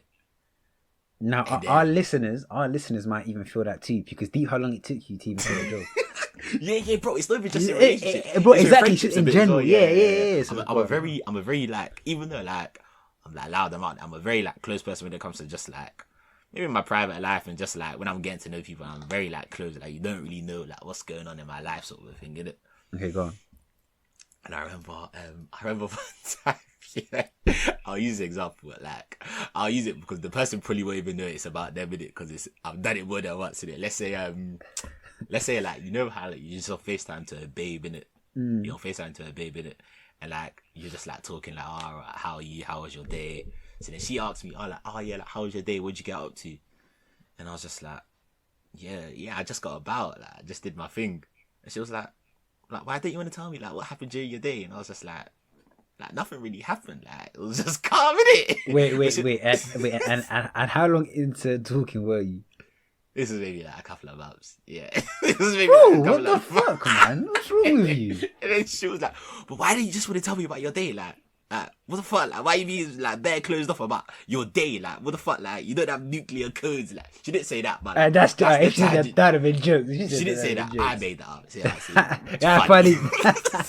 He's funny. But I was just like, oh yeah, like my day was just calm. Like, I just like got about. Like, I just did my thing in it. So it's like, but like, why are you like just going into specifics? Like, what are you hiding in it? Like, just like, even though that's a bit of a shit example, like, just like small stuff like that. Yeah, like if someone was to ask you like, how was your day? I'll just be like, yeah, it was calm. Like, I didn't really do much, but like, I could have done a mad thing. Like, I could have like went to Dubai, went to a strip club. So and I would just be like, I'm just a close person. Okay, so why? Try and guess why. I know where it comes from. I get that straight from my dad. Okay, cool. I like this. I get that straight from my dad, 110%. He's like that as well. What? So, give me an example if you can, or like, give me a gist of how a conversation would go with your dad where that trait comes up. Oh, I've got an example. Alright, cool. So, this is like last week, innit? Alright, cool. My dad was like, oh yeah. Nah, me and my dad, we had like a bit of an argument, like, one or two, like last week or so, innit? Like, it weren't nothing serious. It was just like a small argument, but like, just, you know, there was like maybe a small argument and then they were going to the next day sort of thing, innit? So we had a small argument, yeah. And then the day after, yeah, he was like, oh yeah, I need to talk to you. I was like, all right, cool. Like, what do you want to talk about? He was like, oh, don't worry. Like, I'll mention it when like we talk. And I was like, why didn't you just tell me now? I was like, why didn't you just tell me now what you want to talk about? He was just like, oh, I just don't want to talk about it. Like, I don't want to tell you why. So why don't you just tell me why? That's what I said. I was like, bro, why are you going to mention and we need to talk if you're not going to tell me what we need to talk about? He's just like, he was like, can you just wait until we talk? I was like, bro, this is so toxic. I was like, this is just bad communication. But then I said that to him, yeah, and I was like, this is such horrible communication. Like, you can't communicate. But then when I said that, yeah, I like literally after I said that, I went like in my head. That's what you do. Yeah, I went back to all the times, yeah, that like, girls have been like to me, oh, like you can't communicate, or like even my friends have been like, oh, like you're bare clothes, like you don't communicate, and I'm just like, fuck, like this is fucking full circle, bro. Wait. So when did that happen? Was that recently? This was like last week, fam. So bro, okay. The argument. So now that realization happened, this is turning into therapy. No, this is cool. Still, wait. So then, what are you? Because then it's easy for you to be like, you know, I get it from my dad, innit? Yeah. What do you think you're gonna now do to try and? Because you have to basically get your brain to relearn certain things to force it to become. Wait, so how do you think you're gonna do that?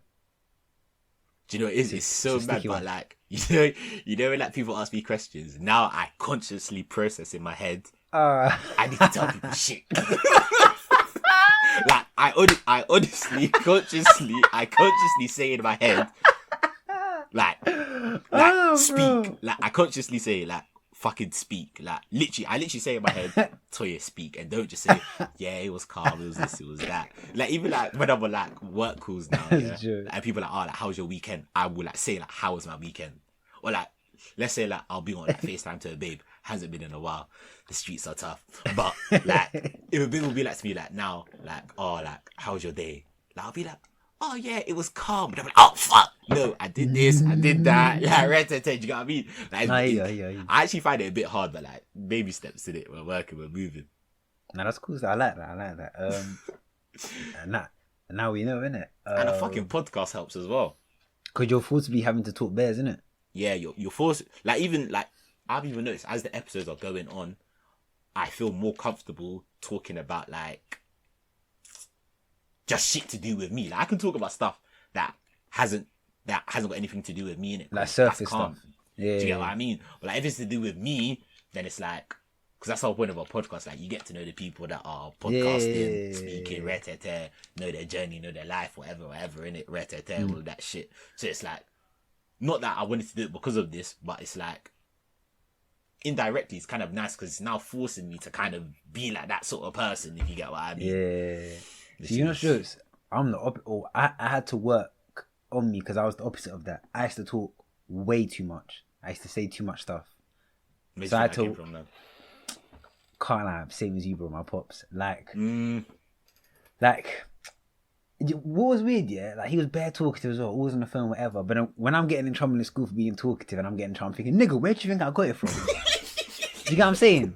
Like, I don't know what it was like back home. I don't know if it was more relaxed or whatever, but over here, it's not gonna run. And I remember, obviously, I didn't have the single-mindedness to clock this back then. But looking back on it, it was like, imagine being taught or you learn that just speaking bare, and then you go to school, do that behavior, and then come home and get in trouble for it. It's a confusing. It's a confusing cycle. But it was bad though. It was like, because even some of my friends from back in the day would tell you like, I would love gossip. Like back in the day, I used to love it. Like I was one of them. Like I would love like back then. If you told me a secret, say so. Like, actually, no. You got recent chat records if you know what we're talking about. You know, I know what you're talking about, but I couple man snakes. He's my broski. I feel like, oh my god, I feel like Hugo. I was about to be like, but I stand by that. I feel like Hugo. We're gonna get into that pussy or later as well. But no, I remember like back in the agenda. Snakes me, bro. Like it was like secondary, innit? And then it all links back into the validation thing, because you have to think it becomes something of worth. You go, oh, I've got something that you want to know. Do you know what I'm saying? It's very. So I had to work on that, but I remember that being a problem for me. Go on. Or do you think another angle, which I think it comes from when people like to gossip? Do you think it was like you liked being in the mix of drama a bit, or like just knowing what's going on? Like you liked being in the drama a bit? Because I had a phase. I had a phase when I liked being in drama in school.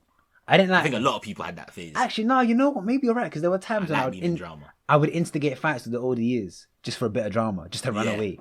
Maybe on some level, like I'm trying to think, because I know it got me in trouble. It did get me in trouble a few times. Like I remember one time, like one of my guys, I need to message him still, but like one of my like close friends in like year 7 and 8, he told me something, and then I must have told someone, and then like. He got so vexed. He's like, bro, why you got such a big mouth? Blah, blah, blah. And I went home and I was like, why do I have such a big mouth? Like, was that the turning point?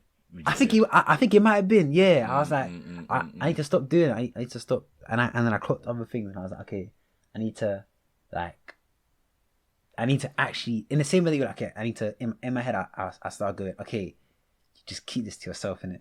Or like, you're talking to yourself. Bro, I was like, keep it to yourself, innit? Like, you said you want to tell anyone, don't tell anyone. You know in them movies when, you know in certain movies, I can't really think of one that comes off the top of my head, but like when people are like talking to their conscience. It was like that. It was like them sort of scenes, yeah. What's it? Like, and I used to lie a lot. Like, oh yeah, you've told me that. I used to lie for things that I didn't need to lie about, but I would just lie anyway. I used to lie bad. I think it started from me trying not to get in trouble, innit? But then the problem was, because my dad was banging it, like telling him if I was lying, I just got sick of lying. Do you know what I'm saying? So then I eventually had to learn to stop. And that then led into some manipulative traits that I also had to pattern. You know, we know a bit too much about them, Fanuel. Yeah. I'm taking agenda. Nah, facts, bro. Facts. Bro, I can't lie. I tried to save your character there, bro. No. Like, back in the day, like, the reason I don't see it as a deep thing, I feel like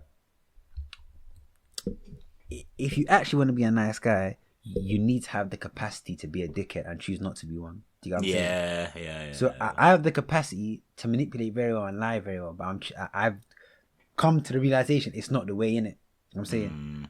But bro, some of my manipulation in secondary school, I can't lie, especially with girls, it was not good. It's not, and it wasn't like your low level oh, you better fucking do this. It was more high level, like making them think it was their idea to do shit. Yeah. Like planting seeds, and it was that kind of manipulation. It wasn't. Yeah, no, it wasn't good. Question: this could finish you, but do you think you still have that within you? 100%, but I don't use it. Like, bro, because hear that. like it's put it this way, yeah. One man's manipulation is another man's persuasion. Do you get what I'm saying? Because to me, persuasion is manipulation, but for good, I guess. Yeah. Like I still have it in me, because bro, to be manipulative or persuasive, 'cause I feel like they're one and the same. It comes from maybe an evil level of analysis where you kind of have a good idea of what people will do and won't do based on what you can say. So I know it's a very valuable asset to have, but I clocked you don't use it on people you love. That's where it gets fucked up. You can use it at like, do you know what I'm saying? You can use it for the purpose of a job. True, 100%. Like, I think it all stems from control, innit? Needing to control things, which is probably what I've been trying to pattern. How about you? Do you have any other traits? Actually, I've got a trait for you that I say we do one more each. And because then we still want to talk about Love Island a bit, and then you still need to do YSS, and then that should take us to like 9 p.m. innit? So let's do one more each. You know what? No, I think I can't lie. We have time because wait, with Love Island probably be about like 15 minutes in it, if that. Would you want to? Boy, would you have more? You know, this week I can go on about this Hugo bastard.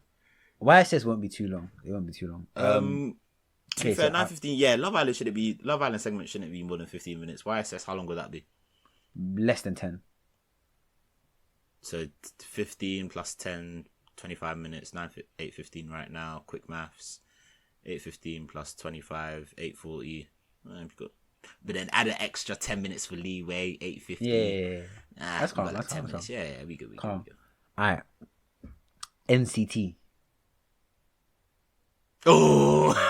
NCT. No, this nigga's exposing me today. That's a good one, though, bro. No, I can't rate that. I can't rate that. But I can't rate that. Wait, we started off saying we'll do positive and negatives. This is a negative one.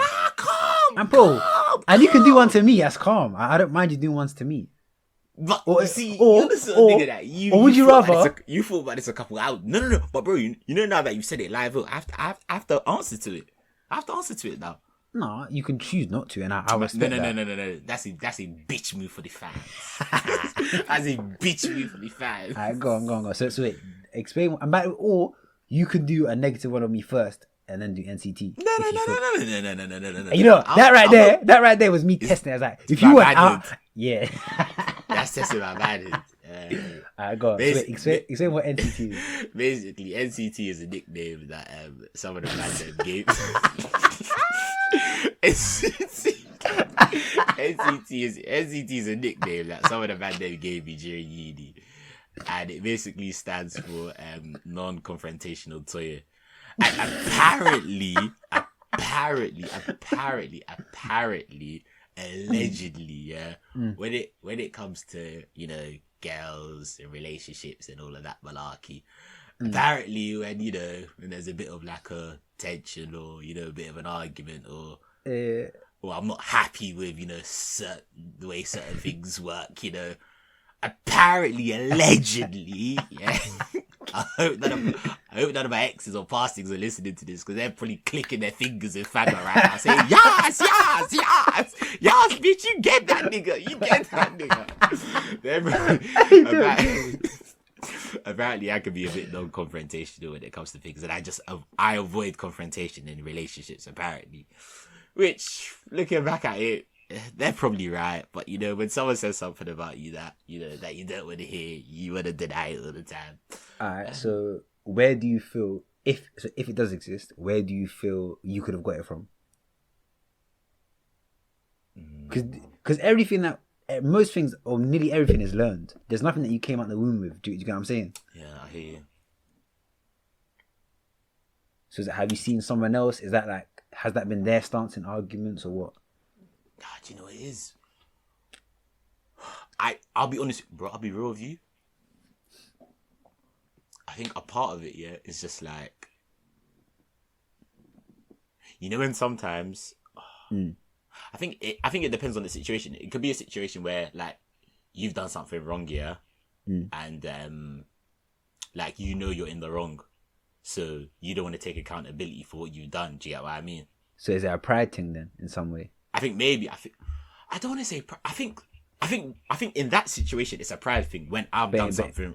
When I've done something wrong, and I know I've done something wrong in it, because I feel as if there's 2 times that I can think of probably when I don't want to like confront the person. It could be a thing where I've done something wrong. I know I've done something wrong, which doesn't happen a lot of the time. People may disagree, but like you've done something wrong. You know you've done something wrong, and like you don't want to take accountability for what you've done wrong in a sense. But then and then another one can be, let's say someone's done something. Like I used to do this a lot. People might still say I still do that. But like people say that, say for example, like if I'm in a relationship with someone and someone's done something and it's pissed me off, like I'll bite my tongue.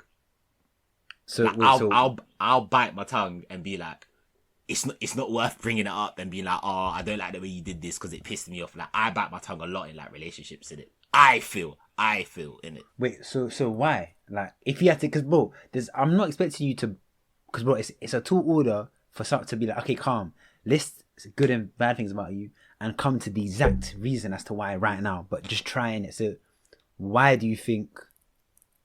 Like, I really am. It's hard. Like, so I'll try and help by like asking certain questions. So okay, so you're in that instance, that person's annoyed you. Why do you feel like it's okay? Would you rather put their feelings on a pedestal and be like, okay, I don't want to make them know how I feel to maybe ruin their day, then we just keep it in me and hold it in? Is it that, or is it a thing where it's like, this isn't even worth my... Is it a thing where it's... Go on. Is it part of the secretive thing? Is it like... What secretive thing? Because in telling someone your real feelings and like what like maybe annoys you about them, that's you investing. That's a long-term decision. Do you get what I'm saying? Say that again, sorry. Say that again. So if someone like does something you don't like, you actually saying it is a long-term decision, because it's you going, I'm saying this because I want us to carry on going out for a while. Do you get what I'm saying? Whereas I know on some level, if I keep it in, you'll just continue to annoy me until we eventually distance. Do you get what I'm saying? Are you saying that I might tactically keep it in so it pushes the person away or something? In a sense, and I don't have abandonment issues, Fanuel. No, but it would tap into the secretive thing, innit? Because that's vulnerable. Because see how you're like, what are you talking about?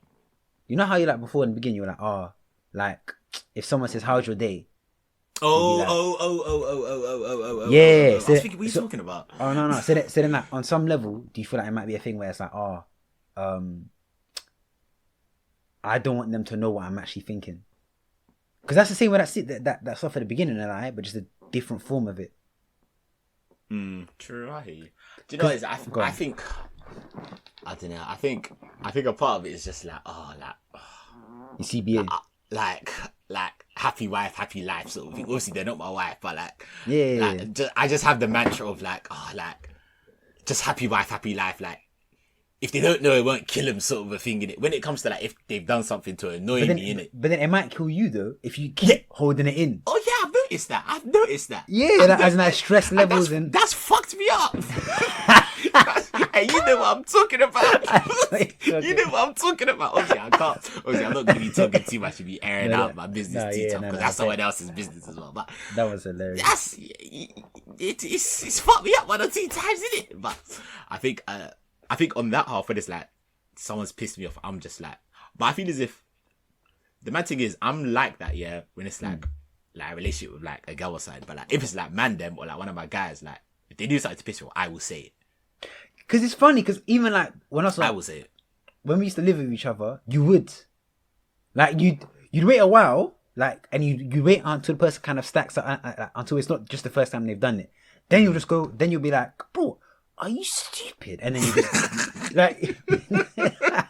Nah, do you know what it is? Because do you know what it is? I'll tell you this. I feel as if like I probably say this. I say this a lot, but like when it comes to just feelings in it, I know like with man them, I can be like to a guy, bro, you're taking a fucking piss. Like, what the fuck are you doing? Like, patting the shit up. I don't like the way you did that to me. Don't like the way you disrespected me. And the guy will not take it in a way that this guy's not disrespecting me. Like, he's my bro. So, like, even though he's talking to me harsh out of love. Do you get what I mean? I hear that. But like, sometimes with a girl, you're like, oh, bro, I don't like the way you spoke to me. Like, made me feel like this, right, even though, like, it's good to be having them sort of, like, conversations, you can just turn it to something like, oh, yeah, but what do you mean? Oh, but I do this. And then it's just a bit more technical. And then sometimes, like, maybe it's a bit lazy on my half. I'm just like, I just can't be asked for that. So I just bite my tongue.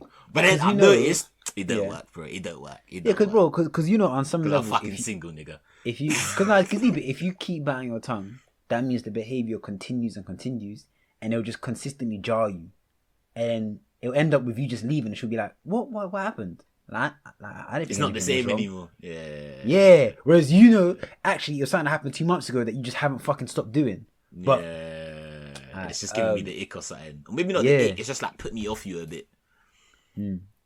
What's it? Yeah, but I would say that's probably it. Like, that's something that I can't lie.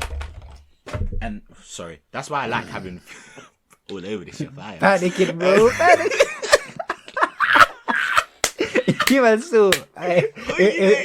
It was like when I was talking about that guy before when I was scared. This guy shook. I pray to God no past things ever in my life when listening to this episode. Do you know what's jokes?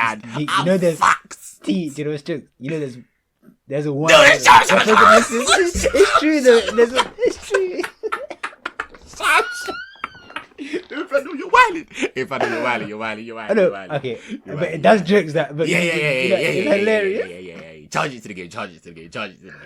Bro. But yeah. Alright, so it's just... you can do one. So as in like saying the same way I said NCT, is there something that you've noticed that maybe the way I deal with you or my friends or girls that you notice and you're like, okay, this is like a negative trait? I think this is bare healthy. People should do this more often. You know what? It's a positive and a negative. I've got one. Go on. Speak your truth and let it set you free. By the way, I don't have COVID. I don't think I have COVID. You don't? Yeah, it's one strip, but I'll do it again later. But yeah, go on. You always try and fix people. You always try and fix people's problems. And I feel as if sometimes... True. I feel as if sometimes... don't get me wrong. Like, I like you because, like, you're the sort of person, like, if someone has a problem, like, if there's a list, and if I have a problem and there's a list of 3 friends that I'm going to ring, you will be on that top 3 list, you get what I mean? But I feel as if sometimes... you do a bit too much. Not with me. No, but you've seen it. No. Too much with friends. Or like relationships. Like you try to solve all their problems. Like their projects. I agree. I've noticed it as well. None of our exes can listen to this episode. I noticed it as well. They're taking accountability. Fuck this shit. It's mad, isn't it? I think someone else, like, it's been a recurring theme. Like, people have said it to me, innit? And I was like, God, why do I do this? So I've thought about it. I think there's a few reasons, isn't it? One, at Yard, I was very much the fixer, innit? The diffuser, if you get what I'm saying. So like, if there's an issue at Yard, it'll be me, like, counselling in a sense. Do you know what I'm saying? Do you know what the bad thing is? This is me going off for I'm gonna give you time to think in it. I needed time to think, but it's mad how like your friends can pick up on just like characteristics like this. Do you get what I mean? Even though like we didn't plan to have this conversation, like obviously you messaged me at like maybe like 5:30. We recorded at 6, so like. We literally had like maybe like 10, 15, 30 minutes to like think about this. But it's mad how like you can like be friends with someone, for like a long period of time, and like you just know their traits. Do you get what I mean? Like you just know that it's I've had it so sick, fam. Especially because deeper, if you live with them, you're getting used to their patterns as a human being. Do you know what I'm saying? Especially if you're around it all the time, good and bad. Do you know what the fixing thing, I'm even thinking about it now. Maybe on some level it's like, it might be a bit too deep, but it's like, because it's got progressively better. Like I do it less and less now. Like I used to feel like yeah, like I feel like I had to fucking save everyone, which in itself it seems like a nice guy, but that's actually very what's the word? It's not condescending. There's another word for it. It's like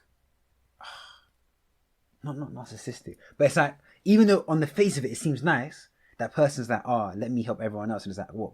But you're not gonna let anyone help you. That seems a bit. You know what I'm saying, and that was very much me. I feel like maybe on some level I thought the more people I can fix, the closer I get to fixing myself. Do you know what I'm saying? Maybe. Because it's like if you're a doctor, imagine if you diagnose hella patients and you come down with something, you have more chance of being okay. I think I've seen this before. I think it might be this. I don't know. You're right though. Like there's a point where, do you know? I think it's made me feel useful more time. Like I used to think that if I wasn't helping someone, they wouldn't find me useful in that friendship. Do you get what I'm saying? Yeah. But obviously now I know that I'm hilarious, so I don't need to do all that stuff. Right, kill you. Yeah. What's it? But we can round it off then and move on. Yeah, we can round it. I thought that was very cool. I really enjoyed that segment. I think people should. So if you listen to this, or I guess if you're at this point, you've obviously listened. Do the same thing. Like so, the questions that we were kind of asking each other. Maybe do that with one of your close friends, because it can only work with someone that you know well, and two, that you're open enough with. Because some people might do that and be like, "What are you saying?" and get triggered. So it has to be a very much a safe space in it. But I think it can be good because a lot of the time you'll cast a blind eye to things that you ain't seen, that your friend fucking notices it every day. Be like, "Bro, can't lie, you do X, Y, Z, or you do this." And bro, that's the only way you're gonna grow as a person alive, by having people around you that can hold you accountable and that will be honest. But that felt like a very mature conversation. I can't lie, I feel mature. Do you know what I love about our conversations? They can go from mature to just fucking immature. Just stupid, seconds. Within seconds. You know what's jokes, yeah? Seconds. You would think on the face of it, that segment we've done, yeah, if we're talking about stock price here, you would think what we've done is we forced a plummet because we've said all our bads and that. But what we've actually done is opened up about our emotions and feelings and communicated. Stock price has gone way up, bro. Accountability, ladies. Accountability. Way up. We're ahead of the curve. You don't know what we're doing. Better get some DMs tonight. Some fucking pussy. We're trying to get this guy to unretain some semen. But come on, the gender over facts, man. The names in the message, come on. Let's move on to Love Island. You've got a lot to say in it. Oh mate, where's our fucking start? No, there's only one place to start. Hugo.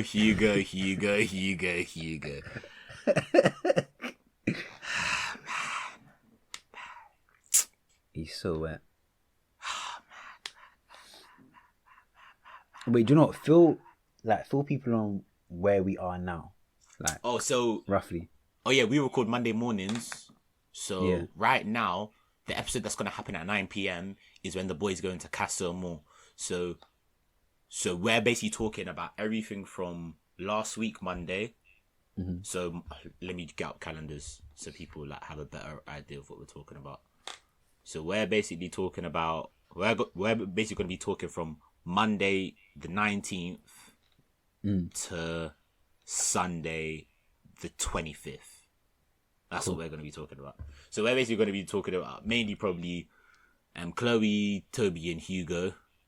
And then we can talk about Cassamo and who he thinks heads are going to turn and the new things that are coming in. We don't really care about the brothers. Well, we can chat about them for a second, but man's not on that. You get me? man's on the fine things coming in. You know, like that. We'll see. Yeah, but man, I just think the whole... Actually, wait. I want to get your opinion. First, before we talk about Hugo, yeah? Let's talk about the Chloe and Toby situation, innit? And that's what I ask you, yeah? One, do you think Toby was in the wrong? Two, do you think Toby could have handled the situation better? And three, do you think Chloe was doing the most? Okay, so do I think Toby was wrong? Was in the wrong? So I don't think he was in the wrong. Wait, just wait. What I want you to do, yeah?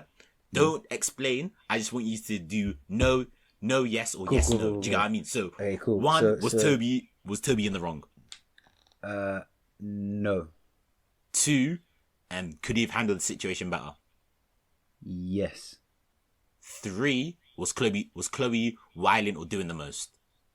Yes. I agree with you in all three statements. Can't lie. But I feel like you see the second question. Yeah. That yes was so strong that it can taint the first question. You see what I'm saying? Oh, your yes was strong. My yes was weak for this. No, so I think Toby. Because he handled it so poorly, it made it seem as if he was in the wrong. Do you think I think he could have handled it better, but I don't think he handled it poorly. Bro, do you know what it was? It's like... Go on. Say your piece. Say your 2 pence. How long were him and Cass together for? Together, I want to say maybe like a... Love Islands were going on for 4 weeks. I want to say they were together for like a week. Cool. So they were together for a week. They weren't physical with each other at all. Like, man looked repulsed. You know what I'm saying? Every time she was trying to... It's true. Yeah. Like they kissed like once. Yeah, and like... And it wasn't really like kiss.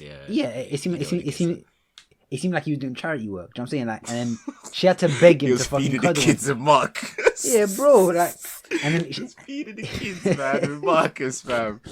And she had to beg him to cuddle and stuff. So I was like, it didn't come as a surprise to anyone when him and Chloe copped off in it. Yeah. So even in that first situation, but again, Love Island, the game is the game, whatever. Cool. Now in this second relationship with him and Chloe, it's completely different. They were consistently on each other, lips in bare, having bare these seemingly intimate conversations, always cuddling, always just... Were they having intimate conversations? Sorry to cut you off, were they really having... When I say intimate... From what we've seen, yeah. What we don't see could be different. They could be, but from what we've seen, were they really having intimate conversations, or were they just kissing?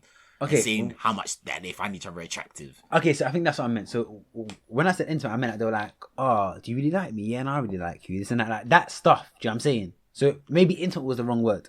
Cool. But like, yeah.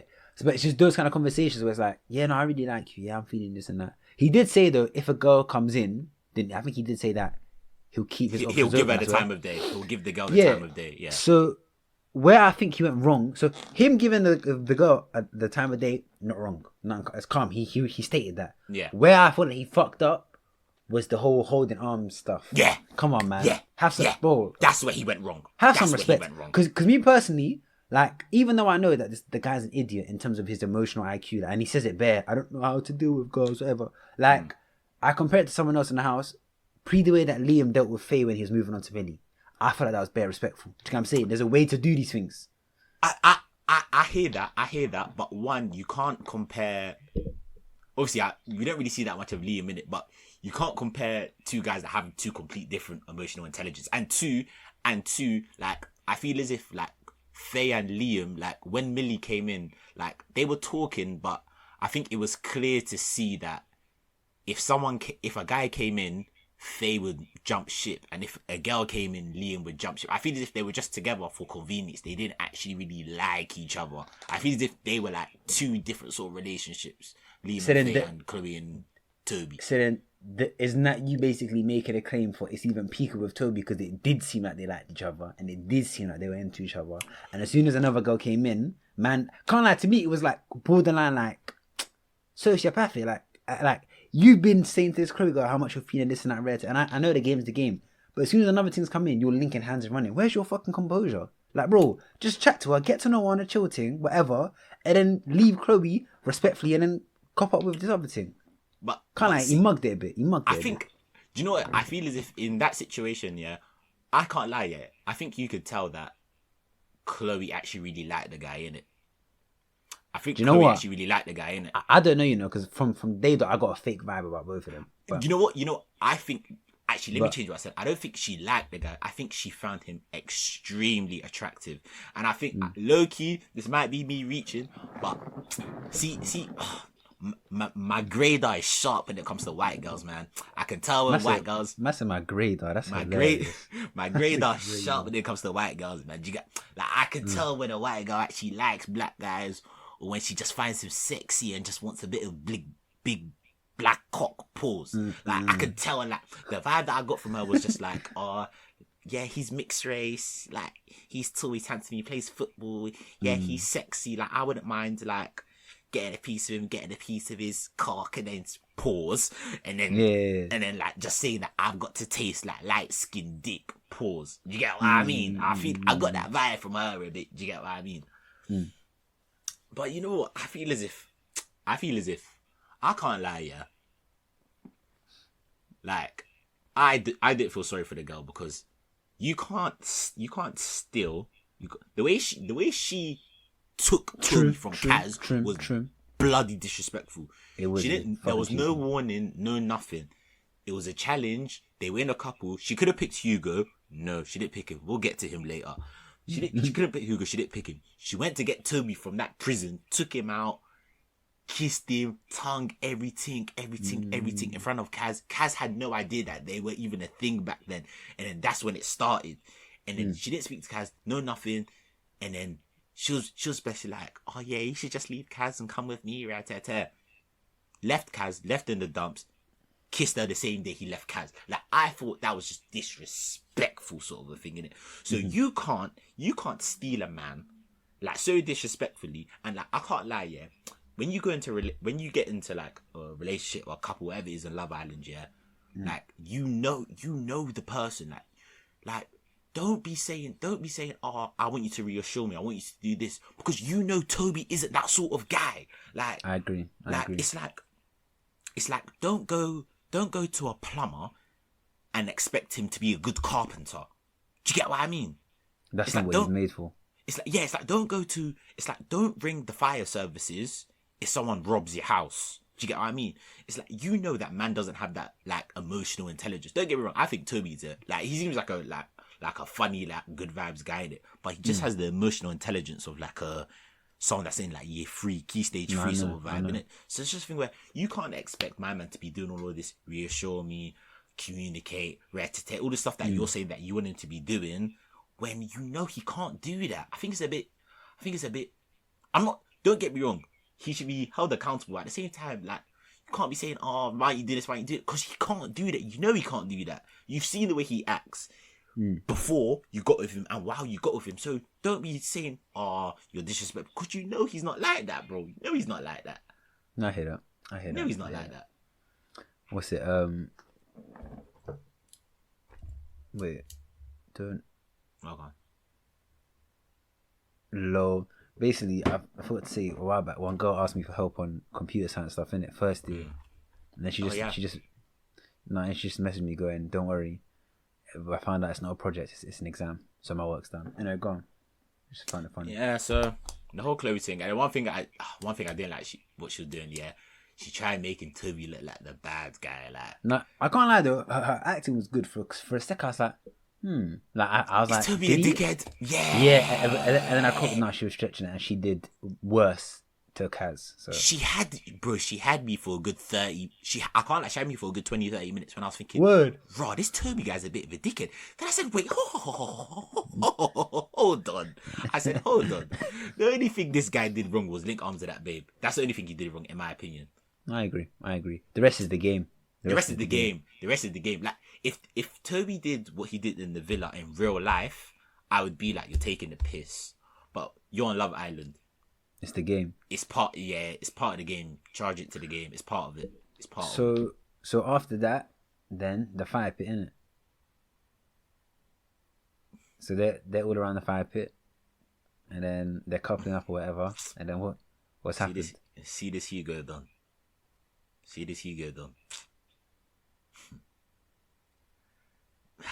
Beta, man. Beta. Do you know how jokes it was? Do you know how fam?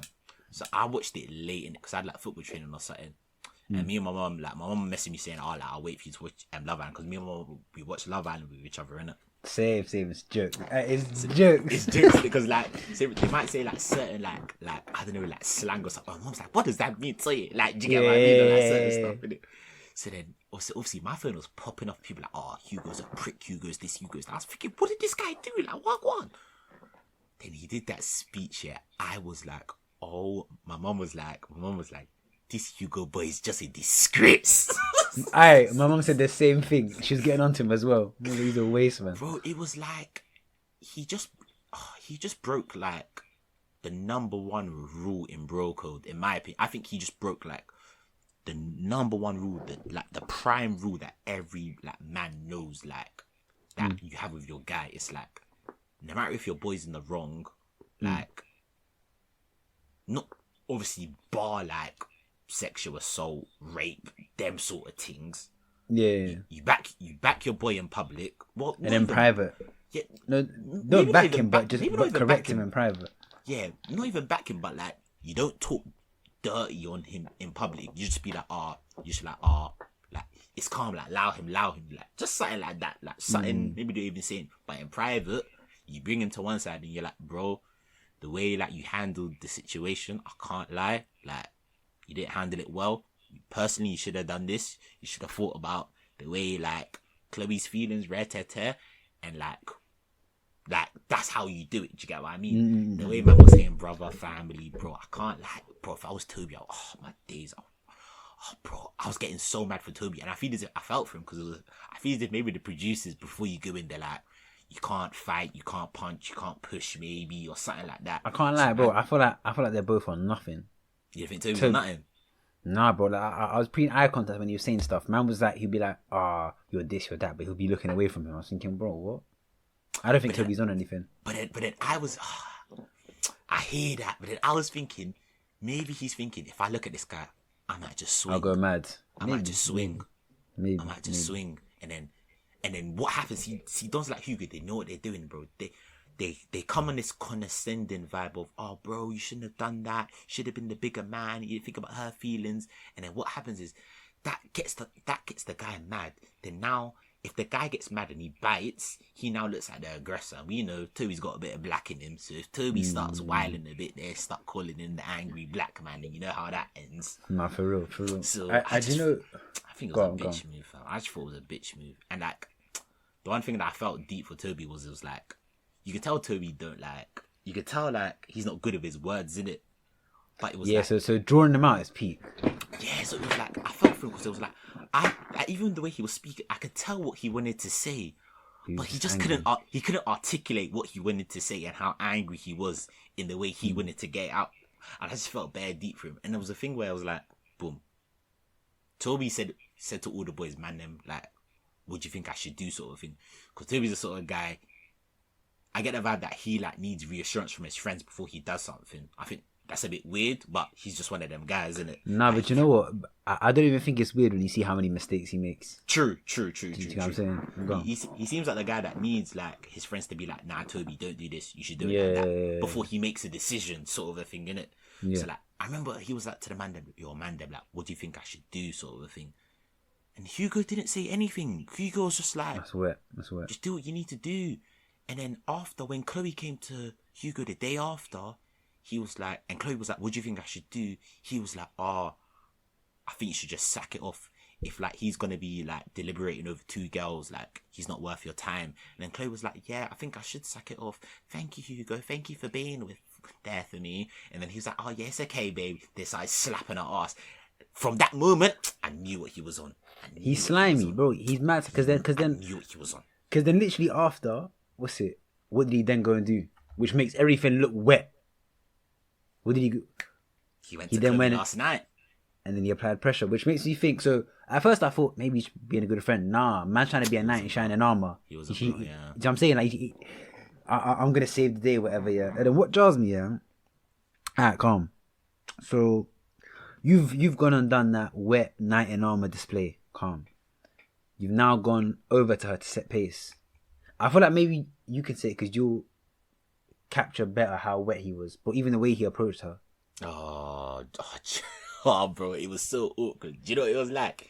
It was like he was saying to her, and oh yeah, Chloe, I just want to pull you for a chat because, you know, I feel like I like you and I feel like I have feelings for you, but I know that you don't like me like that. But I want to check, is there a possibility that potentially I could change your mind and see how do you really think if a guy comes over speaking like a worm like that, she's going to be like, you know what? There is a passion in my belly burning. You've actually ignited it. Like, yeah. Yeah, man. Like, bro, like he was like, don't worry, I'm not sticking it on you. When he said that, he's going, I know I'm a fucking germ. I'm a dirty piece of stupid shit. I'm a piece of ugly, cum-ridden sock, and you shouldn't even touch me. So I promise, bro. Like, I promise you, bro. Like, I promise you, I don't like you. Like, bro, fucking have some fucking confidence, bro. Like, no confidence. Even the way he started it, he said, well, yeah, me and Az were talking, and he said that. What? So now it's not even coming from you? Yeah, it was embarrassing, bro. It was embarrassing. Like, just everything about him, I just don't like now. Do you know what it is? I feel as if like what he did, like I feel as if he, like a real man, yeah, would have just pulled Toby to the side and been like, Toby, I don't like the way you moved. Like even if he felt like that, he could have been like, bro, I don't like the way you move. Chloe's my friend. I feel like you've chatted her. I feel like you've treated her a bit like shit. Like, bro, like, come on, pattern up. I reckon if he pulled Toby to the side and said that, I think Toby would have respected him so much more. And what he basically did, he basically used like the comfortability of like being in that circle, knowing that Toby can't say anything back to him while he does that speech as like a cloth to be like, yeah, I know he can't stick it on me. I know he can't like try and fight me now because it's my speech. He can't butt in. So he kind of used that time as one, like as like a armor to be like, Toby can't like stick it on me. And two, I'm doing it in front of Chloe. It's the masculine move, but it's not, bro. It's he's a bitch, bro. He's a bitch. What's it? But I was even confused. Who's voting for Chloe and Hugo? That baffled me when they went in the bottom two. Bro, it's white women. I can't lie. I went on his Instagram profile, yeah, and I was Loving like, I want to see if like how people are reacting to what he did. And I want to see if people are like, oh, this guy's a piece of shit, or if people are loving him. Bro, I went on his like latest page, and it was just like white women just saying, oh, he's such a king. Look at the way he looks after Chloe. Toby's a piece of shit. They should couple up. Chloe should get with Hugo. And I was just like, yeah, like I can tell why a white woman would find that attractive. Like man them would be like wet, and well, like black, Asian, whatever girls they are, they ain't really gonna be attracted to a guy like Hugo. I don't know. Do you know what I mean? So I was just like, yeah, whatever, bro. It is what it is. It's Fiat 500 to keeping him in, man. But boy, I'm trying to think. What was the last thing we saw? Oh yeah, what do you think of Kaz and her new guy, Tyler? I think my mum. Wait. What did your mum think? Because my mum loves the black love. Like she can't get enough of it. Yeah, my mum likes the black love as well. But you know what? I can't lie. You know what? I don't want to come on the angle of he's using Kaz. Like he's trying to do black love. He's trying to do black love because from what I've seen, he does actually look a bit genuine. He looks more genuine than Toby. Not hard, but he does look genuine. So I do think he does actually like her. He's also a lawyer though. Well, he said he did law. He said he did law. I don't think he is a lawyer. I'm not even trying to be a dickhead. I don't think he said like he's like I'm not trying to be a dickhead. I know how that sounds like though. That's you with your tax account hat and going. Well, he actually hasn't got the job yet. He hasn't actually. He just. You know that's one of the reasons why I didn't want to say what I do. Now when I say what I do, yeah, people be like, oh, he thinks he doesn't know it because he does this, he does that. Do you get what I mean? But nah, man. He charges the game when we move. He charges the game when we move. Go. But I think he actually does like Kaz.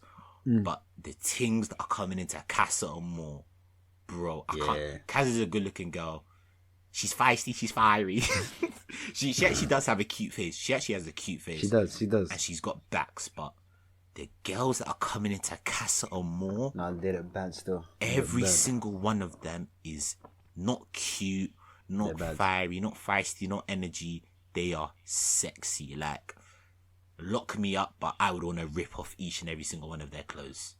I can't lie. 100% Toby's gonna switch. Yeah, 100. But so will Abby.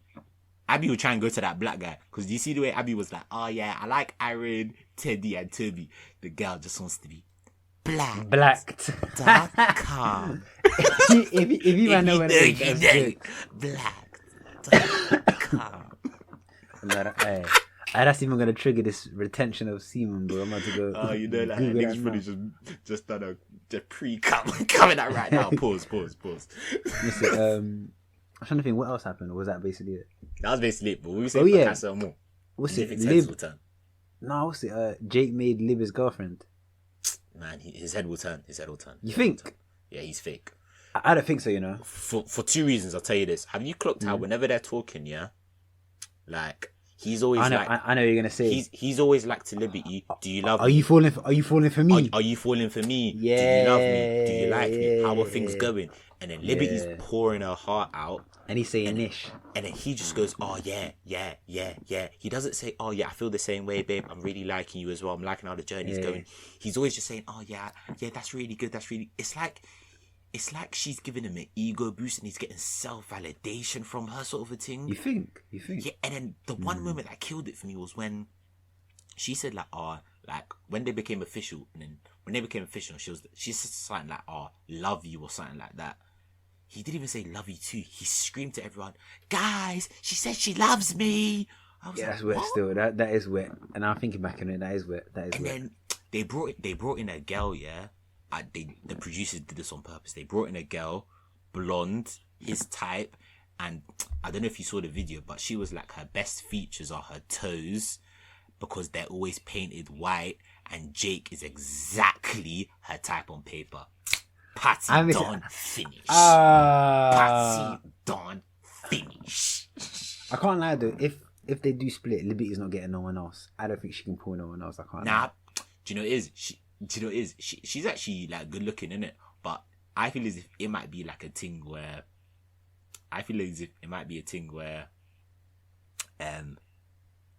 she's gonna be so heartbroken when he comes back with someone that she's just gonna be like, I'm going home. I can't deal with it. Like, I can't watch Jake crack on with someone else. Like, you know how Amy left last year? I think she might do an Amy and leave. I think she'll do an Amy. That's a shout, still. I think she'll do an Amy and she'll just leave. And then Jake will be like the nation's dickhead for a couple of weeks. And then, to be fair, this might even benefit Liberty's bag, because when like you get dumped and people feel sorry for you, like people love you more, people follow you more, they're more invested in you, so it might even help her bag more. So it's a win-win for her. Whatever happens, I can't lie, because people really do like her. Do you know, before we close off the Love Island section, do you think Aaron and Lucinda will stay together? No. Past 1 month. No. She's leaving him. She's leaving him. You think? Yeah, bro. You know she was dating that Brighton striker. Who? Before, you know, Aaron Connolly. Oh yeah. Oh, say swear. Come on, man. That guy's probably on like maybe bare money. Yeah. He's probably on like 20-30K per week. Come on. Aaron can't compete with that cash, man. Aaron can't compete with that cash. He's finished. Alright, speaking of he's finished, let's finish up this episode and get on to your YSS before we run off to watch some more Love Island. Mm-hmm. So, oh my god, I just put my notepad in my COVID test. 1 sec. That isn't sanitary. 1 sec. So a few weeks ago, do you remember when I said I went to that yoga thing?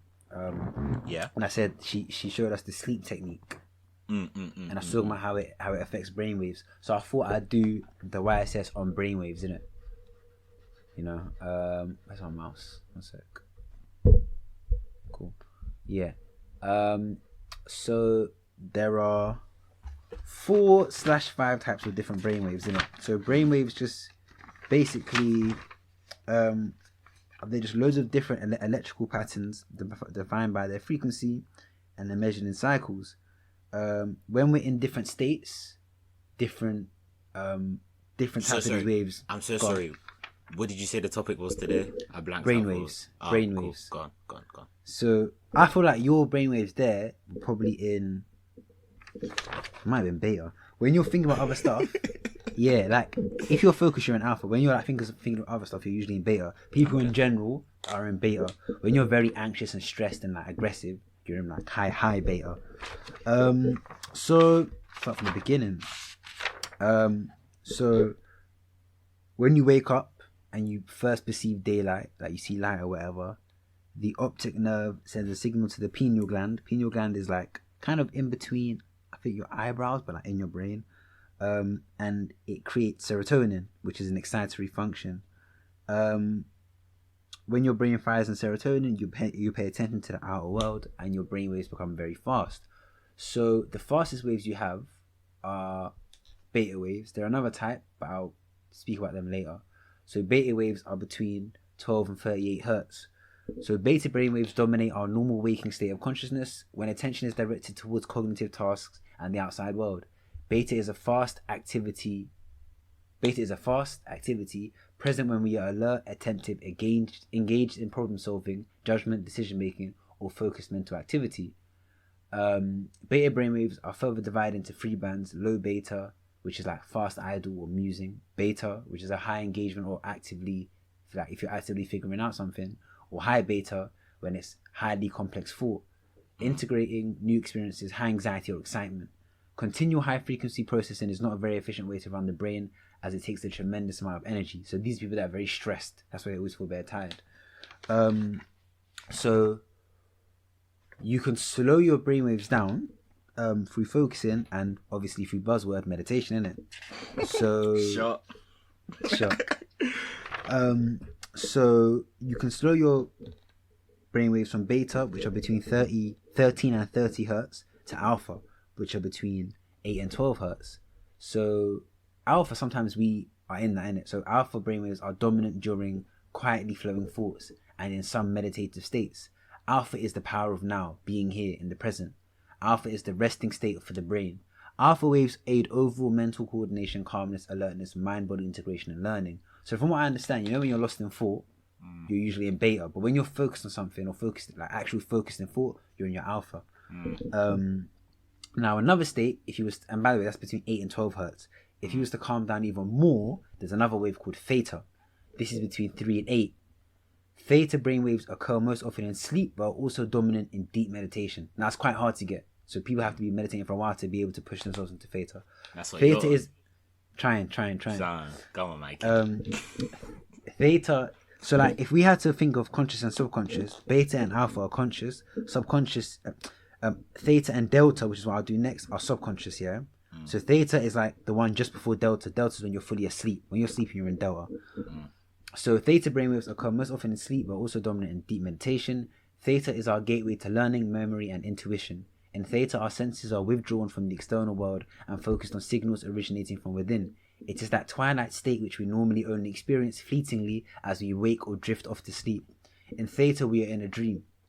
Vivid imagery, intuition, and information beyond our beyond our normal conscious awareness.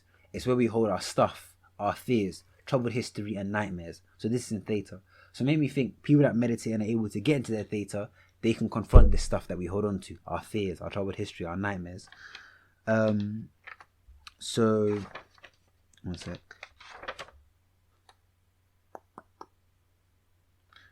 When you go to bed at night, there's less light. The signal that goes to the pineal gland takes serotonin and turns it into melatonin. Melatonin is what makes you feel tired. Did you know that 80% of our sensory information is visual? 80% of our what? Of our sensory information is visual. So 80% of what makes up our perspective is visual. Nice. Yeah. So when you're in alpha waves, your inner world is... What's the other 20%? Do you know? Or it's probably a mixture of the other senses. Yeah, I was thinking. So when you're in alpha, your inner world is more real than your outer world. When you're in beta, it's the opposite. Your outer world is more real than your inner world, which is why stress and anxiety makes sense, because you're so focused on the external. That's when you're in alpha, you said. Which one? When you're stressed? Yeah. Stress is beta, and it's also the highest wavelength out of those four that I said. All right.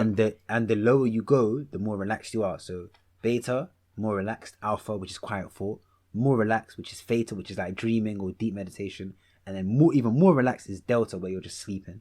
One sec. So delta waves, these are slow, loud. Also, the frequency changes. So obviously, beta is the fastest, delta is the slowest. Delta brainwaves are slow, loud brainwaves, low frequency and deeply penetrating, like a drum beat. They are generated in deepest meditation and dreamless sleep, no dreams. Delta waves suspend external awareness under the source of empathy. Healing and regeneration are stimulated in this state, and this is why deep restorative sleep is so essential to the healing process. This is how men that meditate for hours are able to heal themselves. I think this is what they're doing. They while they're awake, they force their brain to go into either theta or delta to start the restorative process. And I think this is also how they're able to sleep for like 3 hours a night. When you meditate, your neocortex begins to slow its waves down, which takes you from beta to alpha. If you can make your body fall asleep with your mind awake, you're in theta. Long bursts of theta have been like shown when they put like sensors on people that meditate for like hours. They'll exhibit a lot of theta, like long bursts of them. Delta is deep restorative sleep, as I said. Now there's another one which is less common. Most of us are really never in this. Gamma. This is super consciousness. Now this is the stuff that's exhibited by Olympic level meditators. They did this thing where they took them, tested them. These men are in gamma all the time. Gamma is basically super, super, super deep focus, like a mad level of focus. And then they tested these people, and these men were exhibiting this even when they weren't meditating. So they were so.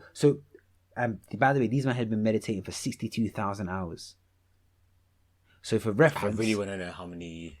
Like, so for reference, days, that's you know. So for reference, that's eight. That's 8 hours a day for 21 years. That's how long they've been meditating for. Mad when you think about it. That's enlightenment. No, it's exactly that. So now we'll look at children, innit, or us. So when you're from 0 to 2, children are mostly in delta. They're mostly in that sleep state. They're not really registering much. True. They're mostly in their subconscious. They're basically asleep with their eyes open. 2 to 6, your brainwaves move to theta. They're in twilight. They're in a lucid state. That's why sometimes kids will see something in the corner of the room that you can't see, because they're kind of in that imagination state. Or you know how they go, I have an imaginary friend. Oh, It's yeah. It's because they're in that theta state, so they can actually see that imaginary friend. Yeah. So from age 0 to 6, the brain is completely in a subconscious state. All their attention is on their inner world. So remember I said alpha is you focusing, your inner world is more realer than your outer world. So slowly they start to learn the laws of the external world by you telling them, do this, don't do that, whatever. Yeah. As that happens, they move more into alpha. They pretend, they play, they interact with their outer world. After the age of 12, the door shuts and they mostly stay in beta. The outer world is more real than the inner world. That's beta. When you're listening and interested, you go into alpha. So if you're listening and you're interested, you're now in your alpha, because you're trying to consolidate and conceptualize what I'm talking about. To learn, you must be able to switch from beta to alpha. Blah, blah. Funny enough, it says to enter the kingdom of God, you have to become like a child again. I think it means you have to engage in habits that bring your brainwaves back to a childlike state. Yeah. So between 7 and 12, your brain is in a subconscious state, and you learn by these positive and negative identifications and associations. When you're living by the hormones of stress, you create very incoherent brainwave patterns. See, there's some other stuff which is kind of spiritual, so I think I might leave that one out and give you my more cold, hard scientific facts. Have you heard of DMT? Nah. Okay, I'll leave that out. Okay. Oh, I'm on the last page, so I'll quickly say it. So there's this thing called Kundalini energy in it. Yeah. Called what, sorry? Kundalini energy. Yeah. Alright. And it's like your sexual energy. It's used for expression, for digestion. Use it when you drive aggressively. It's just anything when you feel bare, like So they say, you know how when you bust or when you have sex or whatever, obviously that was born in your brain and it's gone down and then you've nutted it out. So they're like, when you hold it in, meditate, whatever, for a while, the energy, you can switch it from going downwards to going upwards. Yeah. So now, by the way, this is getting into more pseudoscience. We've left the domain of real factual science in it. Blah, blah.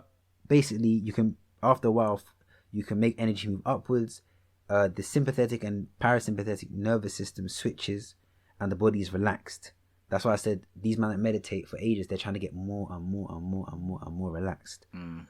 Eventually, when it shoots up, you can get it to rise up enough where it's like there's an internal orgasm in your head, where there's a small gate at the brain stem called the thalamic gate, and when it opens up, energy moves in, and the pineal gland, it gets pressurized.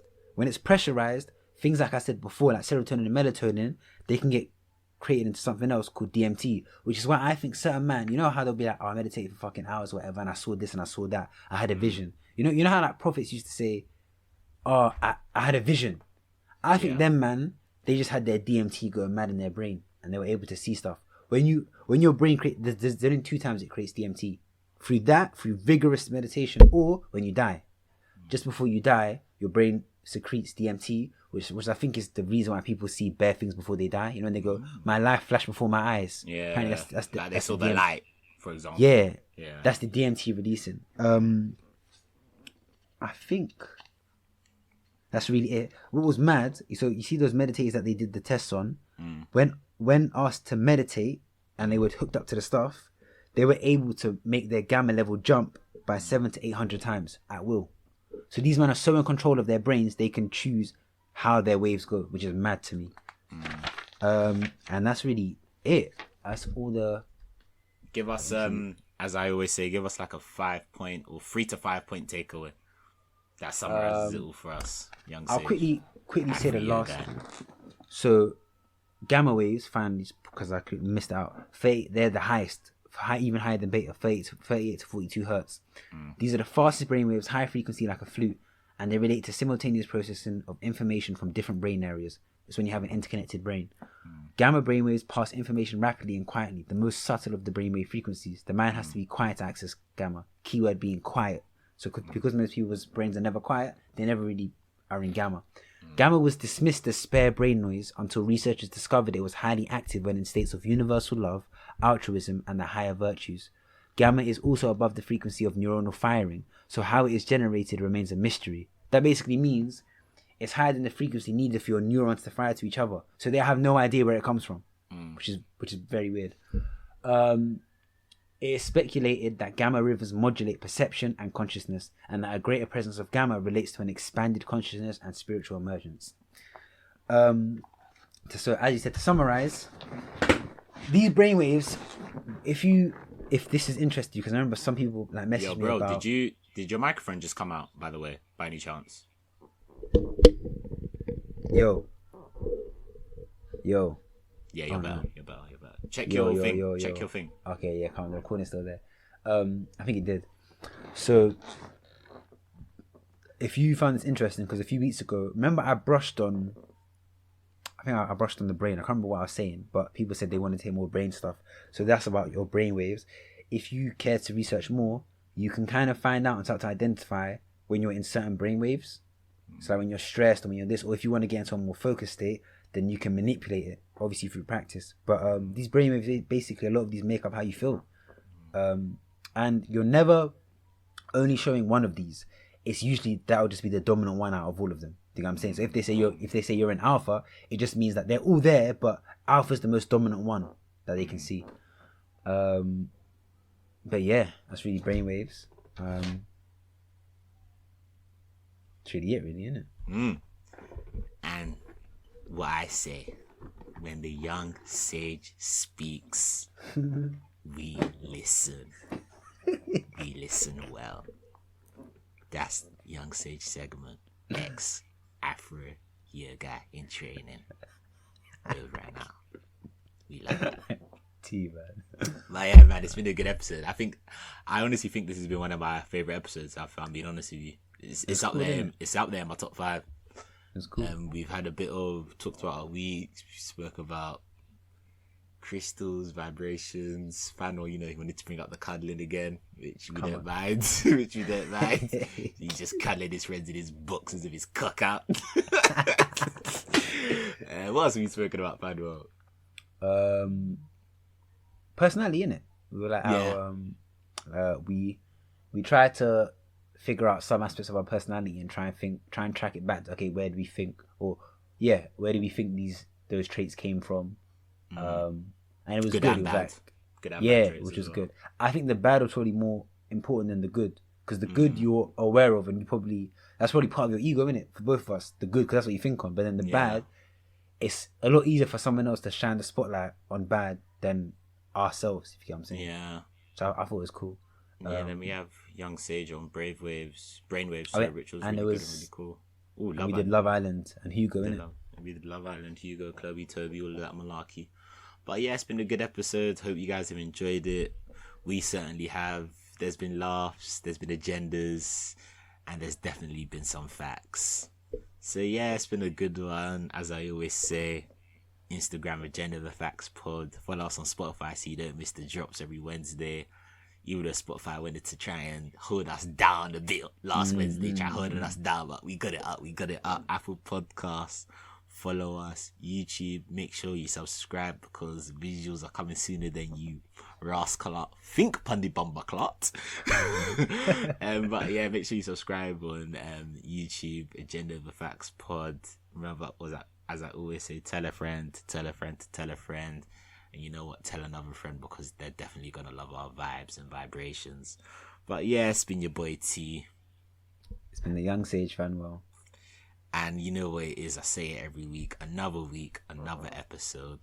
Agenda Over Facts, Season 1, Episode 16. You know the pattern. And if you don't know the pattern, get with the fucking pattern. Have a good week, everyone. Coming out on Wednesday. We see you again next week. Over and out.